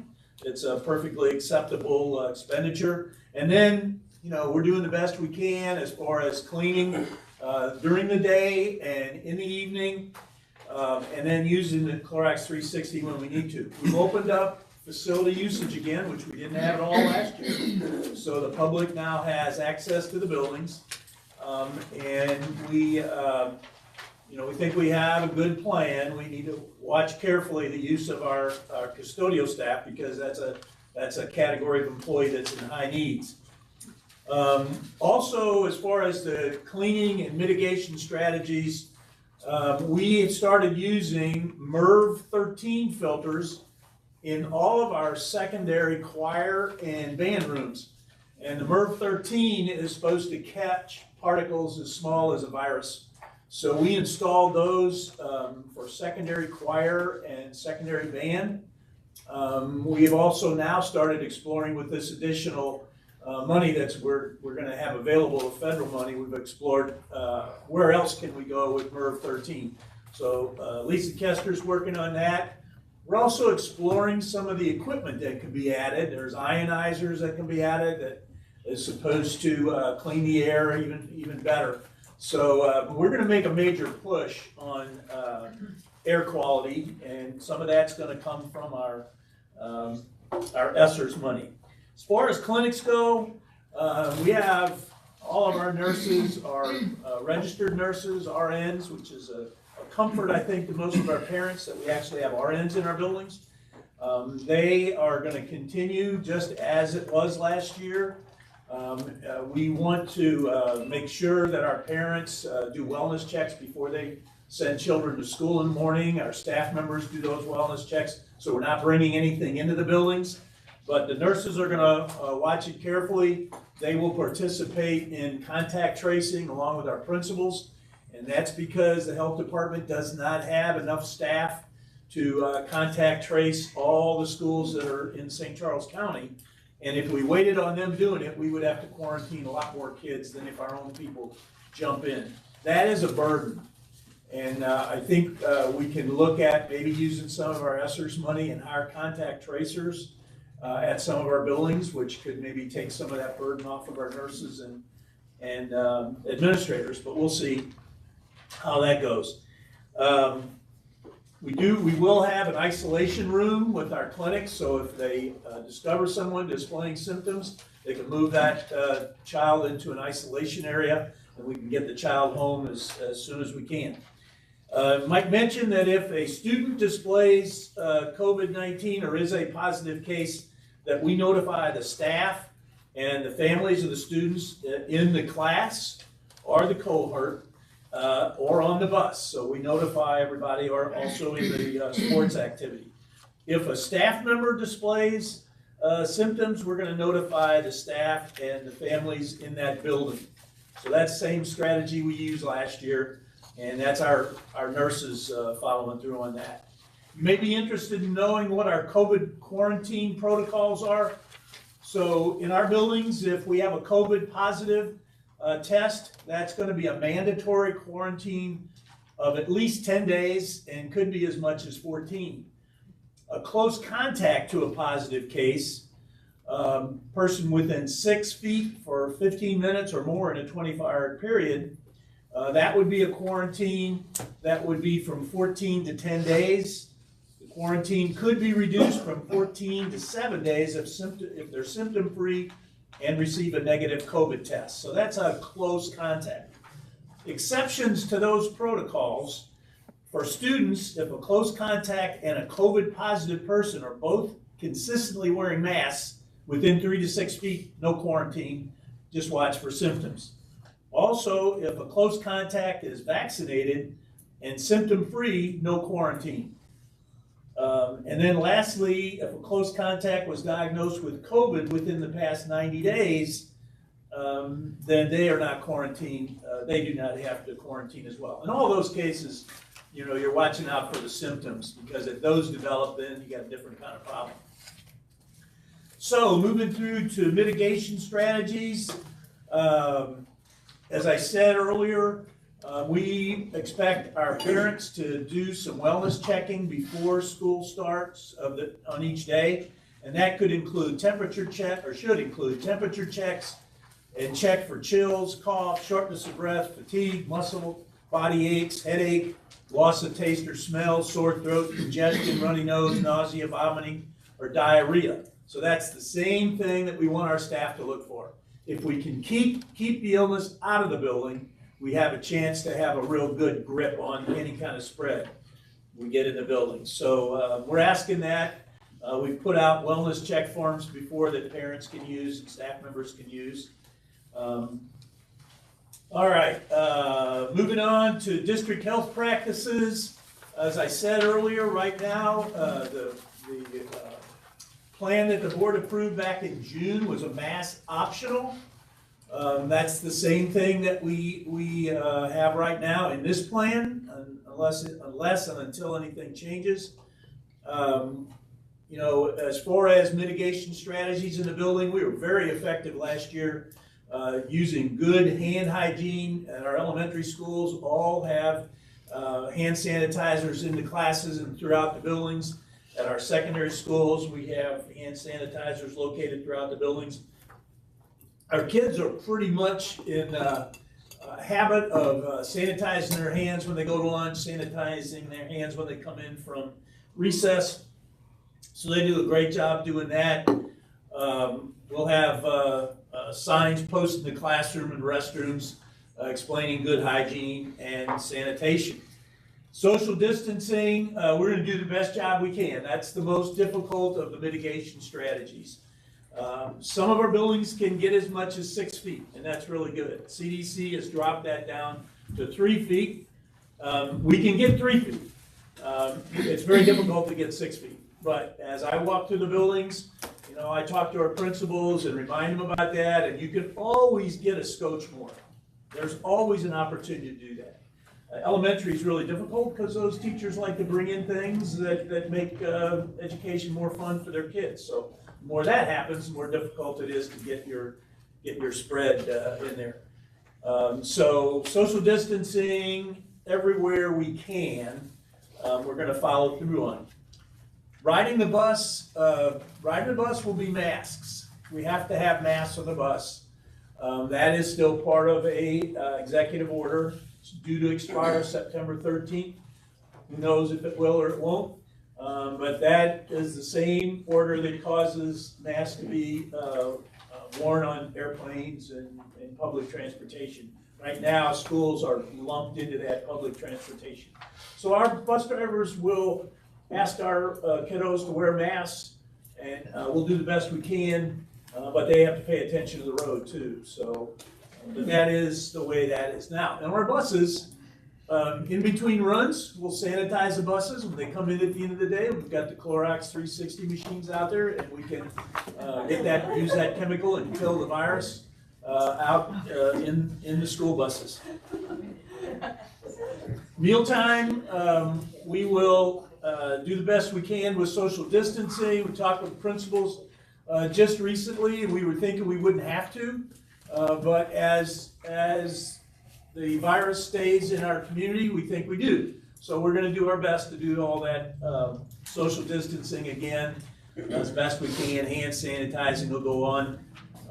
It's a little bit of an imposition to the principals because sometimes it takes scheduling changes, but we'll do what we got to do. I think it's important that we really enhance mitigation strategies that we've got, and social distancing and hand sanitizing, we need to ramp that up for sure. Activities at the high school level, we belong to the Missouri State High School Activities Association. We're planning on those activities continuing. Last year we restricted how many people could come to the event. This year we're not doing that. We're opening that up. Outside masking is not required. So we are excited to get our fans back, and I think they will be as well. In the past, it was very limited, usually was parents and maybe a few guests that could get the tickets from the players, but so that's going to be open. Visitors to school buildings, our process will be to keep visitors out of the buildings for at least the first semester as much as we can. So that means we're going to restrict parents again, means we're going to restrict food deliveries, it means we're going to restrict anybody coming into the buildings with a couple exceptions. Parents that need to be there for IEP meetings and they can't be done virtually, we'll do that. We want to give an opportunity for our college recruiters and our military recruiters to come back to our high schools. So we can handle that, I think, with some social distancing and making them do the wellness check before they come in. We lost a whole year of college recruiters and military recruiters to have that opportunity, so we want to open that up again. Community events and school events, we've identified some activities. We're trying to keep it down, but we've identified some that we think will work. For example, at the high schools, Transition Day, Open House, Veterans Day, empty bowls, and concerts and performances that are conducted in the auditoriums where there's plenty of seats to social distance. That's kind of what we're talking about there. We've asked our principals to, if there is plans for homecoming, to try to maybe do those outside. And they're kind of excited, maybe they could do something on the football field or tennis courts or something. The more outside we can be, the better off we're gonna be. Middle schools, we've said Transition Day, Open House, Veterans Day, concerts and performances held in our high school auditoriums. Elementary schools, we've said kindergarten orientation, supply drop-off, Open House, Veterans Day, and concert and performances held at our high school auditoriums. And then at our district level, Board of Education meetings, area coffee, soups on for residents over 55. Those are the ones that we're counting on. So, according to ESSERS, this plan has to be reviewed at least 6 months, every 6 months, at least that amount. We are planning on reviewing this plan within 30 days, however it is adopted, within 30 days, and we think that'll give us some data to see what type of issues are we dealing with. But right now, this plan is calling for mass optional. That's the plan. Once it's approved by the board, it'll go on the website. So that's my presentation. Do anybody have any questions at all? Just one comment. Masks. Eyeglasses. I just wanted to comment that the protocols under quarantine reflect the latest guidance from the St. Charles County Department of Public Health issued on 11 August 2021. So this is a very current piece of paper and reflects flow down the requirements to every one of the school districts in this county. Correct. I have a question on that. I'm sorry. Go ahead. Sorry. Oh, you go ahead. If we're gonna listen to that from the county, then why aren't we listening to what they're saying about masks? Why are we picking and choosing what we're following? That's one of my concerns on top of that, we need to really understand and put out here what this means. Because last year, before we had the modified quarantine, we had thousands of kids out a day, and it was horrible. Mentally, we all remember that. Kids were crying, teachers, it was stressful, it was awful, because they weren't at school, and they had to be at home, and it put stress on everybody. So they worked out the modified quarantine, 2 people with masks. Unless 2 people have masks on, we're gonna be back at that. So again, where is our data? This is what I'm questioning. Where's our data coming from? If we're saying, oh, here, the health department says this, and this is why we're following, this is what we're doing, then why aren't we following what else they're saying? Well, I mean, the health department, it's not a requirement. Well, then why is this a requirement? What do you mean, why is it a requirement? Then why is the quarantine a requirement? I'd be happy to take that off the table too, if you'd like. Do you know what I'm saying? No, that's, I'm trying to wrap my head around it. If one, The health department quarantines. It's not us, it's the health department that quarantines. They're the ones that say 14 days, or 10 days, or 7 days with a negative test. As far as the quarantine goes, we have to follow that. As far as the masking goes, I mean, we haven't followed it, and it's not a requirement, it's a recommendation. So we followed, Yeah. so we followed it last year and what they advised us to do, right? And we followed, and you mentioned the CDC and the things they said, and the CDC saying that, and the doctors, we followed all of that last year, but for some reason this year we're not. Well, we changed in June when the positivity rating was down to 5%. And we, along with many other school districts, decided, okay, at that level, we can do away with masks and we can go mask optional. We have not changed from what you approved in June. So now it's a question of a positivity rating is 13.7, something like that. It was as high as 17 just 2 weeks ago. So, I mean, it's moving in the right direction. So I think we want to enhance all the mitigation strategy we have, but this is also subject to your final decision on it. So, you know, I mean, that's my answer as far as that goes. I hope that's good enough. I'm just trying to wrap my brain around Yeah. where we're I hear you. getting information and why we're saying when we rely on different things. Okay. Mr. Moore? I just wanted to, I know we had a brief conversation about it, but using some of the ESSER's 3 funds to help pay for any quarantine for teachers, if they did get quarantined, to help use those funds, I think that would be an excellent use of those funds. Since the federal program, I think, has been negated at this point. It expired. So since it expired, I would think that would be a good, I didn't know whether that's something to talk about here or if we need to bring that up at another meeting. If we're going to reinstitute, because we extended it beyond the federal government until June 30. And if we're going to reinstitute that, maybe for the 30 days of this plan, because I'm saying we're coming back at the September 20th meeting and reviewing what I'm telling you about tonight, and we'll have more data at that point that we can share with you.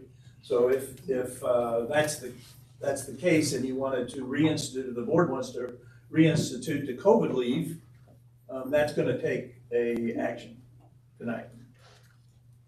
That would require a motion. Well, it will. I think we need to continue. We'll continue the discussion. But it will, yes. Right. Thank you, sir. I also have a question too on that. We're short 17 positions with custodians. We have a couple buildings, one that doesn't even have night custodians, several that have one. What's our plan with that? Because we've got a plan, especially if we're opening up to clubs, we're bringing other people into the buildings. So what is our plan to do that, to cover those positions? I mean, I know we can't make people magically show up to accept a job, but we also need to have the buildings clean. Yeah, Henry and Aaron Williams are interviewing people every day, and I mean, they are, I think it's the pool is starting to loosen up a little bit. Aaron's, got those numbers down from what they were. This looks better than what it did look. Right. So, I mean, we have a plan, and very often Paul, you can respond as far as using Dwayne and covering buildings when you're short. Sure. From a staffing standpoint, we're in a better position custodial than we were this same point last year, give or take. One of the other benefits that we're looking at for this year is our custodial subpool. Last year was, for obvious reasons, very limited, and that's been bolstered this year. So there's nothing perfect in predicting it, but in terms of initially being able to adjust and meet those staffing shortages, I'm a little more comfortable than I was at this point. I'm a lot more comfortable than I was at this point last year. Outside of that, one of the things that we do utilize is quadrant moving staff where we need to.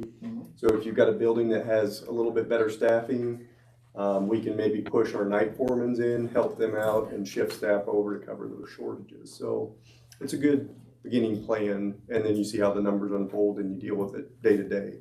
But I know the building you're referring to in the night group, that's kind of one we're going to watch. Okay. So. And I think we're concerned about, with facility usage opening up. Yeah, Are we that's, gonna be able to right. keep up with that deep cleaning? Right. And I think we have a plan to do that, but we won't know until we get into it. Yes, sir. Another comment. The thing I find most impressive about this positions available in staffing, of the 165 plus positions, you filled roughly 149 of them. In my previous life, when I was the head of a group of 8 people, trying to find one replacement took my retirement.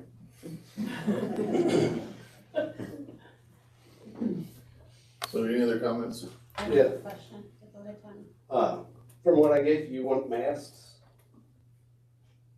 I have a mixed feeling about it, but go ahead with what I you're hear saying. you. No, And I can answer I like directly this, if you want. but we did so much good last year with masks, I think we should continue with them. And I'll tell you why. Saturday paper, Missouri marks its highest number of ICU patients since the beginning of the pandemic. And I can speak to that because my father had to go to the hospital today. And Megan is right, you can't get into an urgent care. I had to go to Lake St. Louis Hospital. Spent 5 hours there. I had to tag out because I had this meeting. My brother took my place. But it was the same roughly 25 to 30 people sitting there for 5 hours. And out of those, I heard 12 people had to get chest x-rays, which means they're going in for COVID. There were 6 kids there, little kids, that were coughing and hacking. And I'm just saying, I think this is a great start, but the cherry on the sundae would be masks mandatory to start the year, since we had done so well last year with them. And you and I talked. I didn't think it was gonna work, and I gave you props that we did so well. And I think with the masks, I think we would be doing so much better.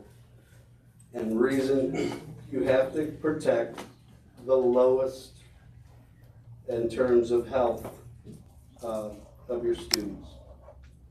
The healthiest are gonna be fine, but they may transmit it to the weakest immune. I was sick as a kid a lot, so I know a lot about having the sickness. Those allergies and asthma, and damn near died of pneumonia one year. For some reason I was spared. So I just think we should start with the masks. That's mine. Okay, thank you for your opinion. Any other comments? I would add to that. I'd like to make one. Before we had them, we didn't have them outside, or they had to be outside. So you had kids running around the recess with them on, you had gym, you had all this stuff out there. The professionals who have medical degrees have said that they don't have to have them when they're outside. So that's a big plus for the kids, that they have them on inside, they can have the recess, eat outside. I know teachers work really hard to have the kids out there as much as possible. The gym, they're not having them on, because they agree, it's not good for them to be running and doing stuff with it on. But there's ways we can work with it. I also think it's important that we take this month by month and look at it, because things can change, and I think everybody up here wants to get kids out of masks as soon as possible, when it's the right time for them to. So, I think that we are responsible for our kids in many different ways. As a school board, we are most and utmost responsible for the educational health of our kids, just like Coach Bacon said earlier. What the CDC, and everyone quotes the CDC and the health department, but their main priority, their number one duty, is to protect the community from illness. Right?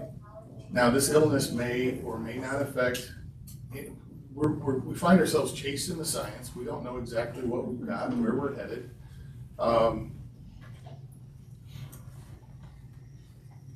But it's more than just an illness for our kids. We have to be responsible for their health, their mental health, their educational health, their psychological health. And I continue to hear a lot of reasons for us to, if we're gonna do this, start school without masks. We don't have good numbers for our school population. Start the school without the mask. We're gonna review it in 30 days. If we see numbers, if we start to see some increases, then we can always do something different. It'd be a lot easier to add masks as we go than it is to pull masks off.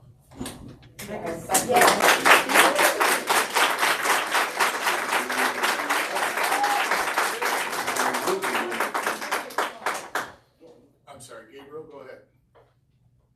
Yeah, oh, well, I just wanted to say just give my 2 cents on it. I am definitely in favor of a mask mandate. And I know no matter what decision we make here tonight as a board, I think it's inevitable, we're gonna have a lot of pissed off people on one side or the other. It's kind of inevitable way around it. But for me, it's just the thought of there being a kid that ends up in ICU, even if it's one, that ends up in ICU, or even worse off, pass away. I know for me, it'll weigh heavy on my heart wondering what if we did have a mask mandate, as opposed if we didn't. So, for me, I just want to feel like I did everything we could do as a board to protect the kids. 'Cause like all of you up there agree, I'm sure, that the kids are the most important thing here, and I think that's the key. So that's all. I just want to say my 2 cents on it. I am in favor of a mask mandate. However, it's 7 of us, so the vote will definitely determine that. Thank you, Gabriel. I wanted to share one other thing that I received an email. I'm not sure if the rest of you received this or not, but and I took just a small sampling of it because I tend to agree wholeheartedly with what this gentleman said. But to the comments that are being made that we're responsible for these kids, we're responsible for their education. What they do when they're not when these kids, if they come and they're in class all day long, 7 hours a day with masks, we mandate it. We've overreached our government authority. Thank you for agreeing, but I'm trying to speak. Once you do that, these kids are going to go home and they're going to play video games with Johnny down the street. They're going to be coming in contact with who knows what. We need to learn how to live with COVID instead of trying to live around it. And quite frankly, me personally, this gentleman writes, the freedom to make decisions on medical precautions while in consultation with one's own personal doctor needs to be protected. Offering medical advice to individuals regardless of medical history, location, risk profile, or any other background information is not appropriate. Quite frankly, I don't want that responsibility. And that's why I'm going to vote for mask optional.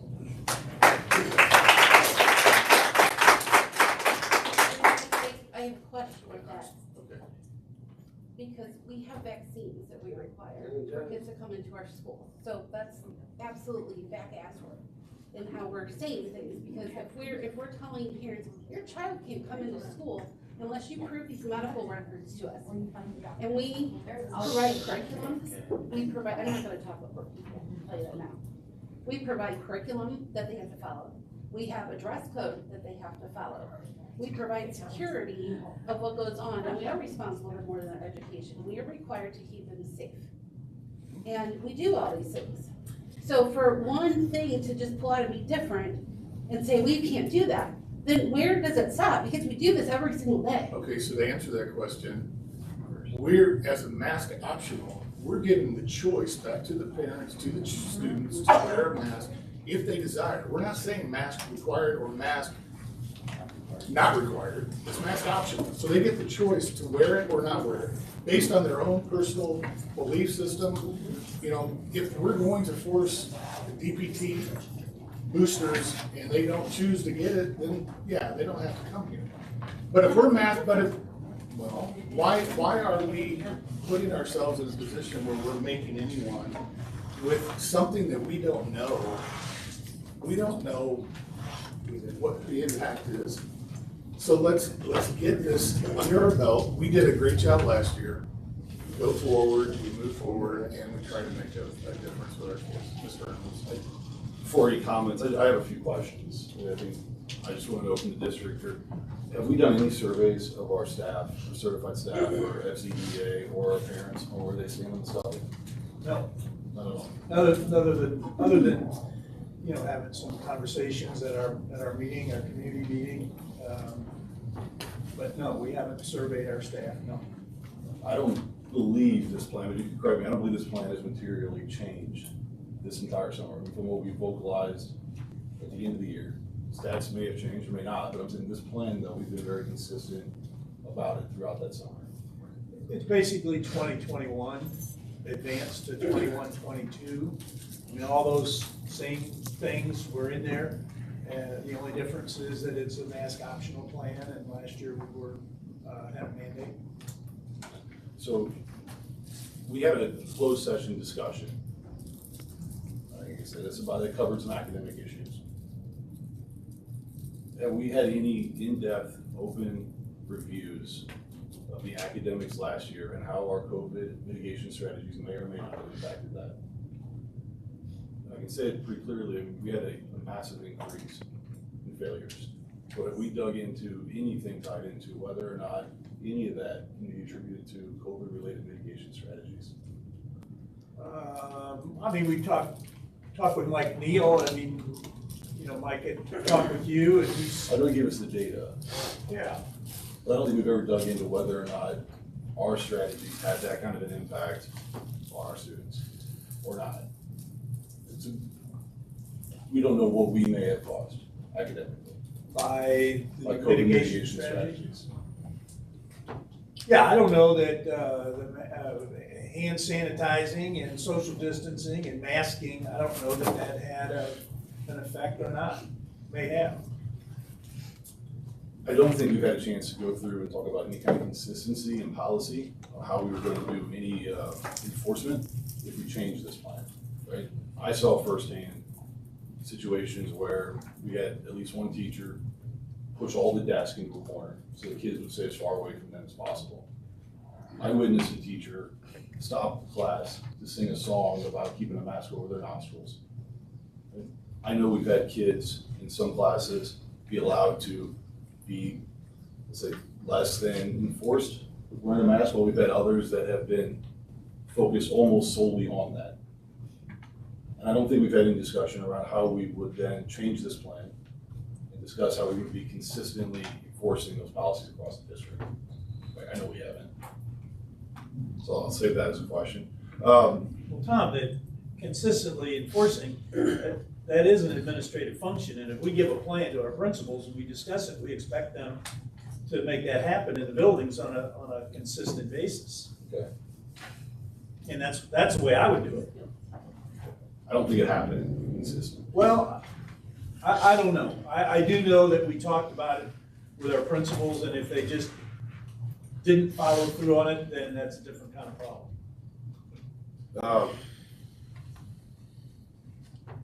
We don't have any plans right now for any kind of governance or oversight associated with how we're reporting on where our quarantines are occurring, which buildings, masked versus unmasked, any of those pieces, right? We got the same plan we had last year. We had the quarantine dashboard that showed the quarantines by building all last year. Okay. We had, I guess my comment then, we've talked a lot about the data and where we're at and the rise. The health department data has not been something that I have been real impressed by over the last 18 months. It just hasn't. The dashboard they have, I don't know if we trust it or not, quite frankly. I do know though that it shows right now our prevalence, the number of committed cases or confirmed cases per 1,000 in Zumwalt is now significantly lower than it was when we started school last year. It's been on the decline for the last couple of weeks. It's a data element that's true. I know that when I look at this issue and I start talking about whether or not we should be masking kids, mandating it, not mandating it, is I have to fall back to what are the impacts across the board. We were I don't know if we were fortunate or not. I know that I thank God that we didn't have kids or any kids or teachers pass away last year as a result.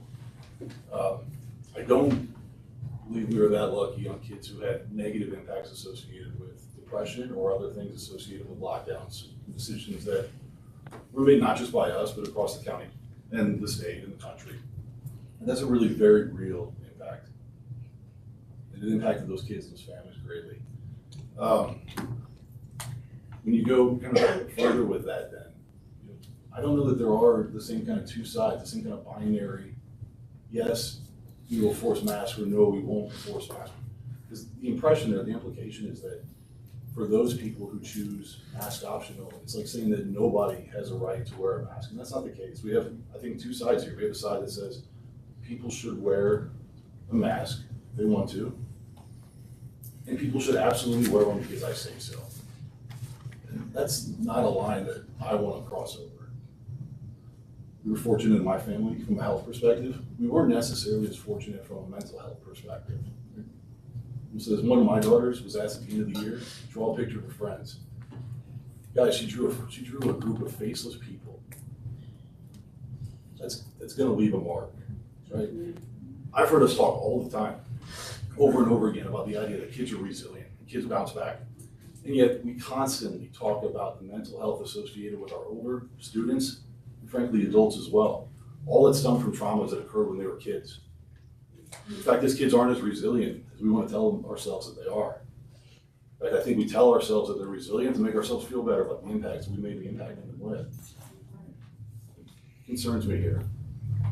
Given the choice, if I had to make a choice between allowing a parent to choose for themselves what's in the best interest of their kids, or mandating it for them, yes, I'm always going to err on that side of letting a parent choose what's in the best interest of their kid. I do not believe we have a moral authority to overstep that and with force mandate masks for kids to wear.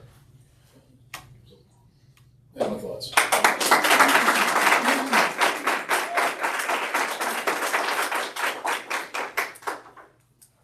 Any other comments?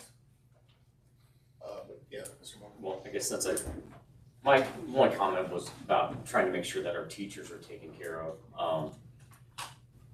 I would just like to kind of voice my thoughts on it as well. I do agree that the pandemic has had a vast impact just on the data that we saw from grades. You can imagine with the number of grades that we saw and the number of failure rates that we saw in some of our meetings, that those alone would have a social, emotional impact upon those kids. We saw hundreds of kids struggling last year to do online. So there is an impact. We as a board actually saw the impact of how we were affected emotionally at graduation. We didn't get to do a graduation last year until August. It was our first graduation that we were able to get together for, and it was Hope High. Hope High is our first graduation we get to do every year.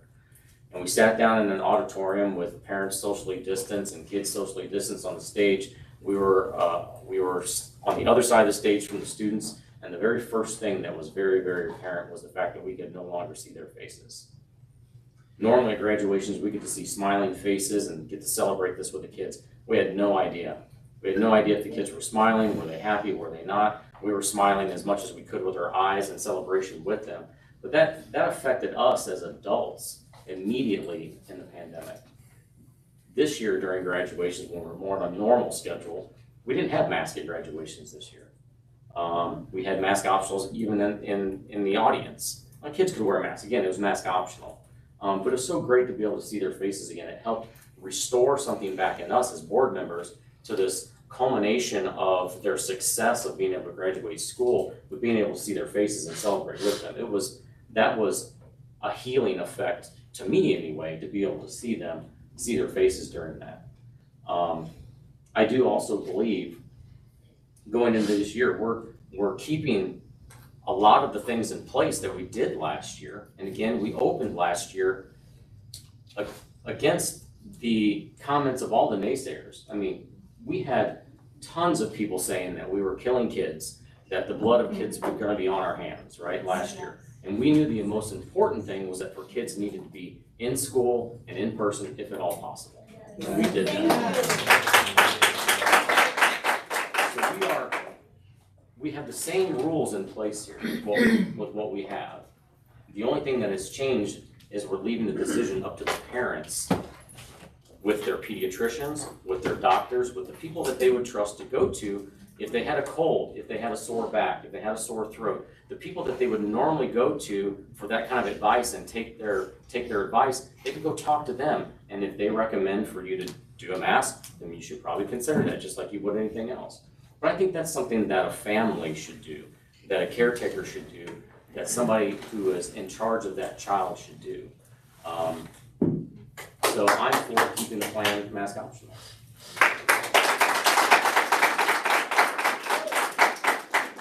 Unfortunately, the problem is though, decisions of other people affect other children.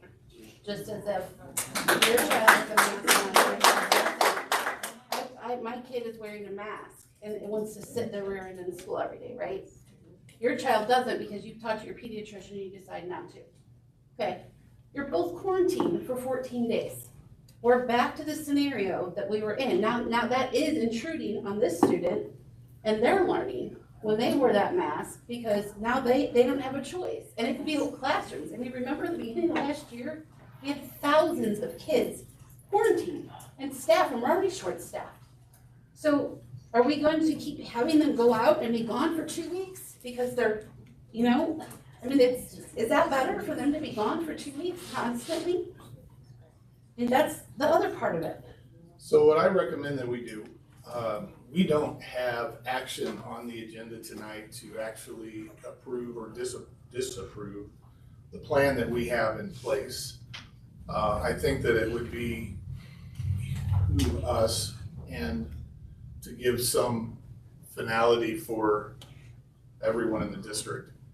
If we bring this to a vote, what I'd like to do is ask for a motion first. What we need to do is actually put this on our agenda. So what I need is a motion to place the vote for the return to school policy on the agenda as item 7D. Need a motion? Second. Powers, Callahan, Powers. All in favor say aye. Aye. Any opposed? Any opposed say no.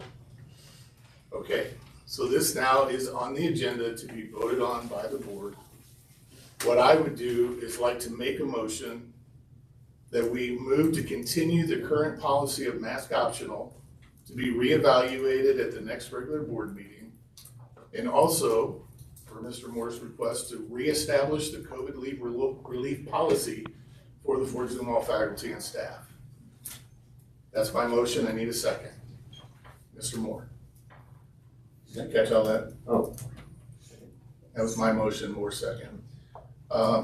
So what I'd like to do at this point is have a vote, roll call vote, Ms. Green. Gabriel?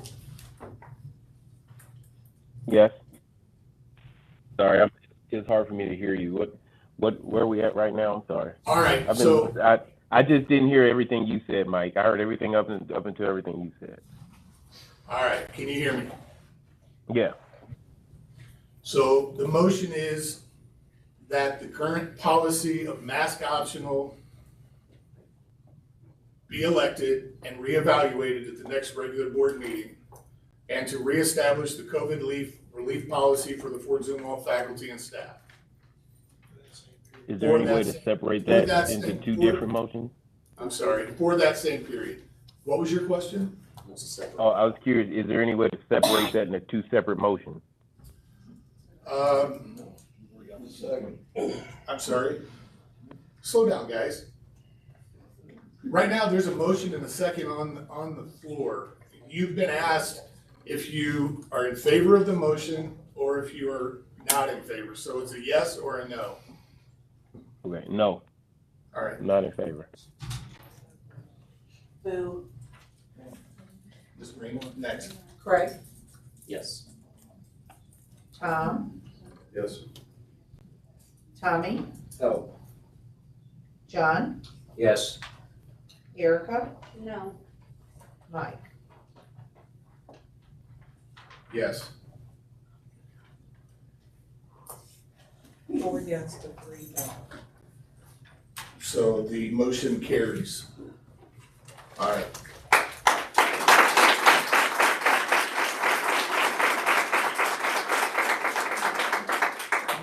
Moving on to new business, Dr. DeBrey. All right, guys, in the agenda that you received, you have a memo from Jeff Orr, Chief Financial Officer, as he tries to deal with financial shortfalls. He is recommending that all support staff members that are not represented by FZEA be given the same option that our bus drivers were to accept a $2 an hour increase in exchange for them waiving their medical insurance. So the medical insurance is worth about $8,500 a year. The $2 an hour is between $2,400 and $4,000, depending on if you're a 9-month employee or a 10-month employee. Or I guess a 12-month. 12 months. Yeah. So any questions regarding the recommendation? Do you understand the recommendation? Are there any questions? It's a money saver. It's a big money saver. If there are none, I need a motion to accept the recommendation as presented. Mr. Moore. Motion. Second. Second, Mr. Callahan. All in favor say aye. Aye. Any opposed? Motion carries. Next item, doctors. I'm sorry, Dr. DeBrey, go ahead. No. Laura Smith. No. I forgot it was new business. Go ahead. Thank you, Dr. DeBrey. Members of the board, in your packet this evening, you have a proposed local compliance plan for special education. This happens regularly when there has been a change of the state's interpretation of IDEA, which is the federal law that oversees special education. The state puts forth some changes, accepts comments, and then moves forward with changes or changes those changes. They present to us a state compliance plan, and we have options to write our own compliance plan or to adopt the state compliance plan as our local compliance plan. There are very few changes to the plan, a few details about evaluation and the expertise of those who can perform applied behavior analysis. So at this time, I would recommend that we approve the local compliance plan in accordance with the state. Any questions for Dr. Smith regarding the special education compliance plan, Mr. Callahan? A long question. Why does it take so much time to develop an IEP for the vast majority of the children in this system? It seems like it's 2 to 3 years before this comprehensive plan is structured and approved. The compliance plan, in accordance with the federal law and state law, has timelines associated with it. From the time that a parent makes a referral, we have 30 days to decide if we're going to evaluate, and then 60 days to complete the evaluation, determine if the student meets the eligibility criteria, and then 30 more days to write an IEP. So in a specific circumstance, what has delayed the process, I'm not certain. I don't think that our families experience that. Once the IEP is written, it's revised on an annual basis, at least, if not more often. So it may take a while for some students and the team to find the plan that works best for a kiddo, but I truly wouldn't know in what circumstances it would take 2 to 3 years. The entire process from a student beginning to struggle all the way to being found eligible as a student with a disability could take longer, because it is a decision that is not taken easily. We have to weigh heavily before finding eligibility with the criteria that the state puts forward. That is the time cycle that I've reacted to. There are indications of learning, I don't want to use the term disabilities at that point, but the child is behind the curve. And the teachers pick it up, the parents know it, and it seems like it takes a good couple of years to nail all this together. And so much in that 116-page document you put out for us that what is driving that? Is it flow down the requirements from DESE and the state? It just seems like it's like trying to stop an avalanche of paperwork. Yeah, go The ahead. state plan is a response to the federal law, and so the areas of eligibility are protected somewhat by criteria, and it's required that that criteria be met. It is a law that was intended to serve those with significant disability. So 504 is more expansive, that was intended to encompass more folks with disabilities. The other thing too, when teachers start to notice that there's a lot that goes on in the process before it gets there, right? So teachers start to notice things, they work with their teams, they work with their principals, they work with all the resources they have there, and they start the process of RTI, response to intervention. So they go through all of those steps first and try everything that we have, because the teachers are trained to work with them on that. We have people in the building to do that before you get to that point. Because you don't want the child to be out of the classroom where they need to be, and a lot of the stuff they can work on in there, right? So once they do all those things and they're looking at it and saying, we've done all of this and we're still seeing, we think they could benefit from getting some more time with this or from doing that or doing this.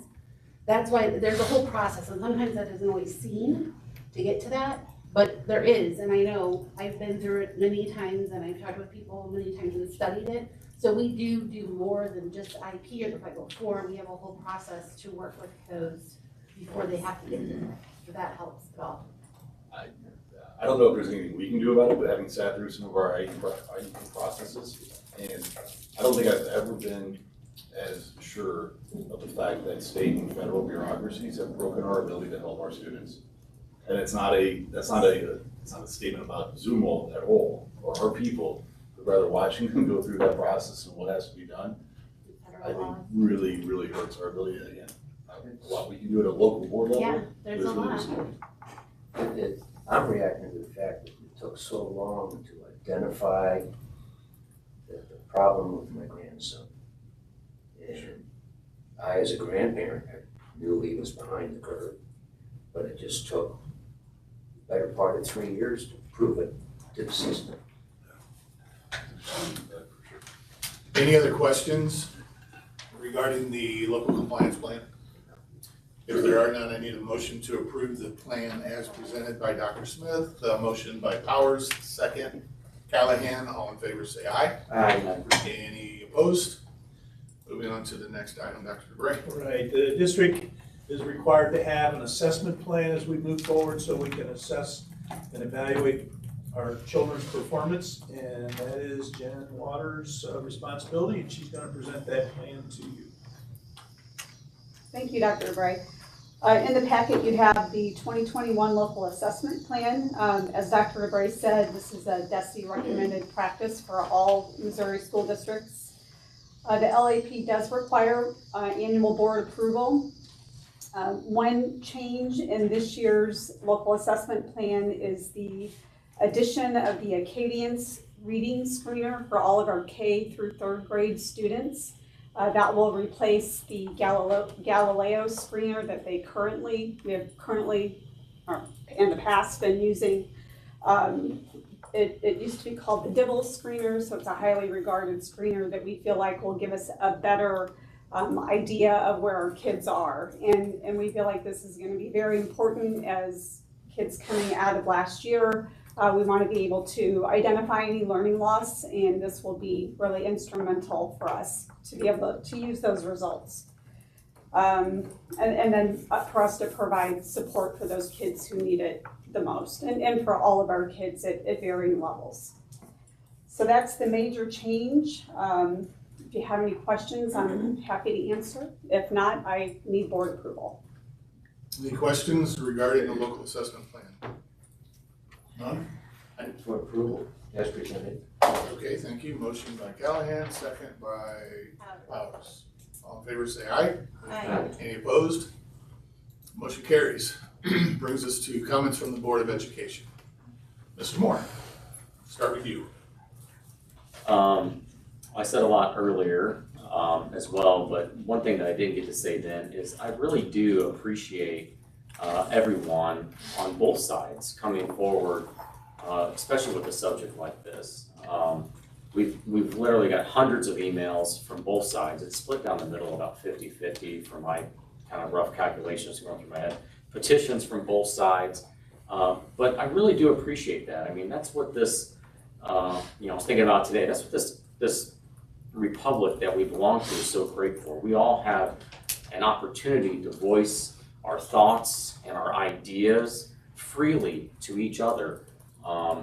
We may not always agree, but that's okay that we may not always agree either. Because I think sometimes out of it, we learn more and will come a better outcome. So I just really do appreciate everybody that reached out. I hope you continue to reach out to us. Let us know that your opinions on your thoughts on other issues that may come up too. We do really appreciate those comments. Thank you, sir. Mr. Emmons? I was going to piggy on top of that. This is an important topic, obviously. We got a lot of people here, a lot of comments, a lot of calls. But listen, everybody, every topic in education is important, and I really hope we can continue to see the same level of engagement across the board. It's important. Thank you, sir. Mr. George? It is Random Acts of Kindness Day next on the 31st, so get out there and do something nice for somebody else. Awesome. That's all I've got. Thank you, sir. Mr. Callahan? Referring to the mask versus no mask, this is it's not an easy decision, but I think it reflects the fact that we will have 2 weeks of in-school data at our next meeting, and we will have the option then again to vote. So that's why I agreed to the terms. And also we have to thank Mr. Moore for taking steps to ensure that we have some options of care for our professional staff. I did have one more item in closing, and that dealt with Dr. St. Pierre's document of these extra duties. What caught my eye, amongst several things, was our e-games activities, and I've had an interest in that in the last couple of years. Over the last 3 years, the University of Missouri has developed a very robust e-games community. I think they now have about a 7,000 square foot training facility and a 2,000 square foot, call it the combat arena. University of Missouri in the SEC, I believe, is still from first or second in that category. They have teams now for Rocket League, Overwatch, and League of Legends. And this is an opportunity for all of our students to look at an avenue for possible scholarship support when they're heading off to school. And I do have one comment, may add another work item to Dr. St. Pierre. The last time I checked the Missouri site in which they had photographs of all of their team members, there was only one female competitor. And I don't know whether that's due to the fact that women don't cope with math, but I got a granddaughter that speaks calculus and differential equations, and I don't. So I would ask in a timely fashion, after you get over the crush of getting this first semester over, if there is some effort to make sure that it includes some of our females in these E-games. I think it'll be to their benefit and ours. Thank you, sir. Thank you, Mr. Callahan. Ms. Powers? I want to first congratulate the summer graduates that we had in here tonight. That was a very nice thing to see. And also, everybody coming out and talking opinion, agree with disagree. What I am proud of is we're for Zumwalt, and the fact that this is how we carry our board meetings and how we communicate with each other. That is so important to all of us. And I appreciate everybody holding that good forum. If you watch other board meetings, it's nothing like this. And I very much appreciate the respect, whether you agree or disagree. The importance is that we all can talk to each other as a board, with each other out here. So thank you. And also, there are many women that love math and we're in data. So I'm not sure what it is. I think some of them don't like video games as much, but we got lots of really good math teachers that are females and a lot of really good students that are females. And All right, thank you very much. I am also, I usually don't say a lot at this point, but I do want to just piggyback on what you said, Ms. Powers, because it has been a very difficult meeting. But yes, ma'am? Oh, Gabriel. I'm sorry, Mr. Helms. You've been so quiet. All right. Why don't you go ahead and I was say just waiting my turn. No, you go I was just right waiting my ahead. turn, hoping I got one. Go ahead. Yeah, absolutely. No. Well, first of all, I want to thank everybody who did take time out to come out tonight and voice their opinion, no matter what it was. I think, just obviously this is a very, a very serious item. I can't see the crowd, but I can only imagine what it looks like, to get that, to draw that type of crowd. So the fact that, people took time out of their evenings to join us, I want to, show my appreciation for that. Outside of that, I think, the decisions that have been made thus far, I think it's just now the time for everybody to come back together and, and try and, take this thing on the right way.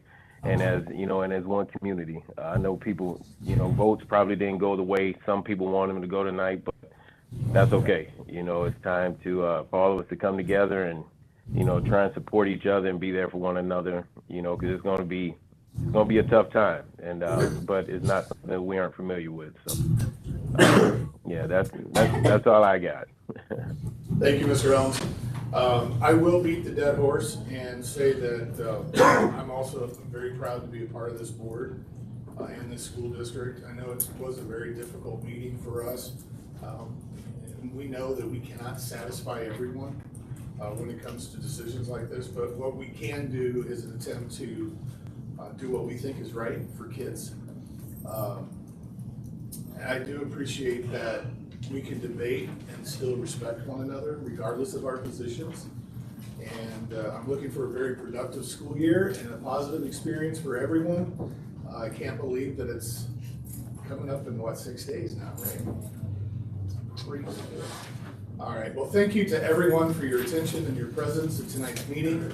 With that, I need a motion for the board to go into closed session under Missouri Statute 610.021 for student personnel and hiring and firing and promotion of personnel under subsections 3 and 13. I've got a motion by Ms. Powers and a roll call, or a second by Mr. George, and a roll call, please. Gabriel? I agree. Yes. Craig? Yes. Tom? Yes. Tommy? Yes. John? Yes. Erica? Yes. Mike? Yes. If we could take 6 or 7 minutes to clear the room. All right, we back to open session. Just a second, I want to make sure it goes through.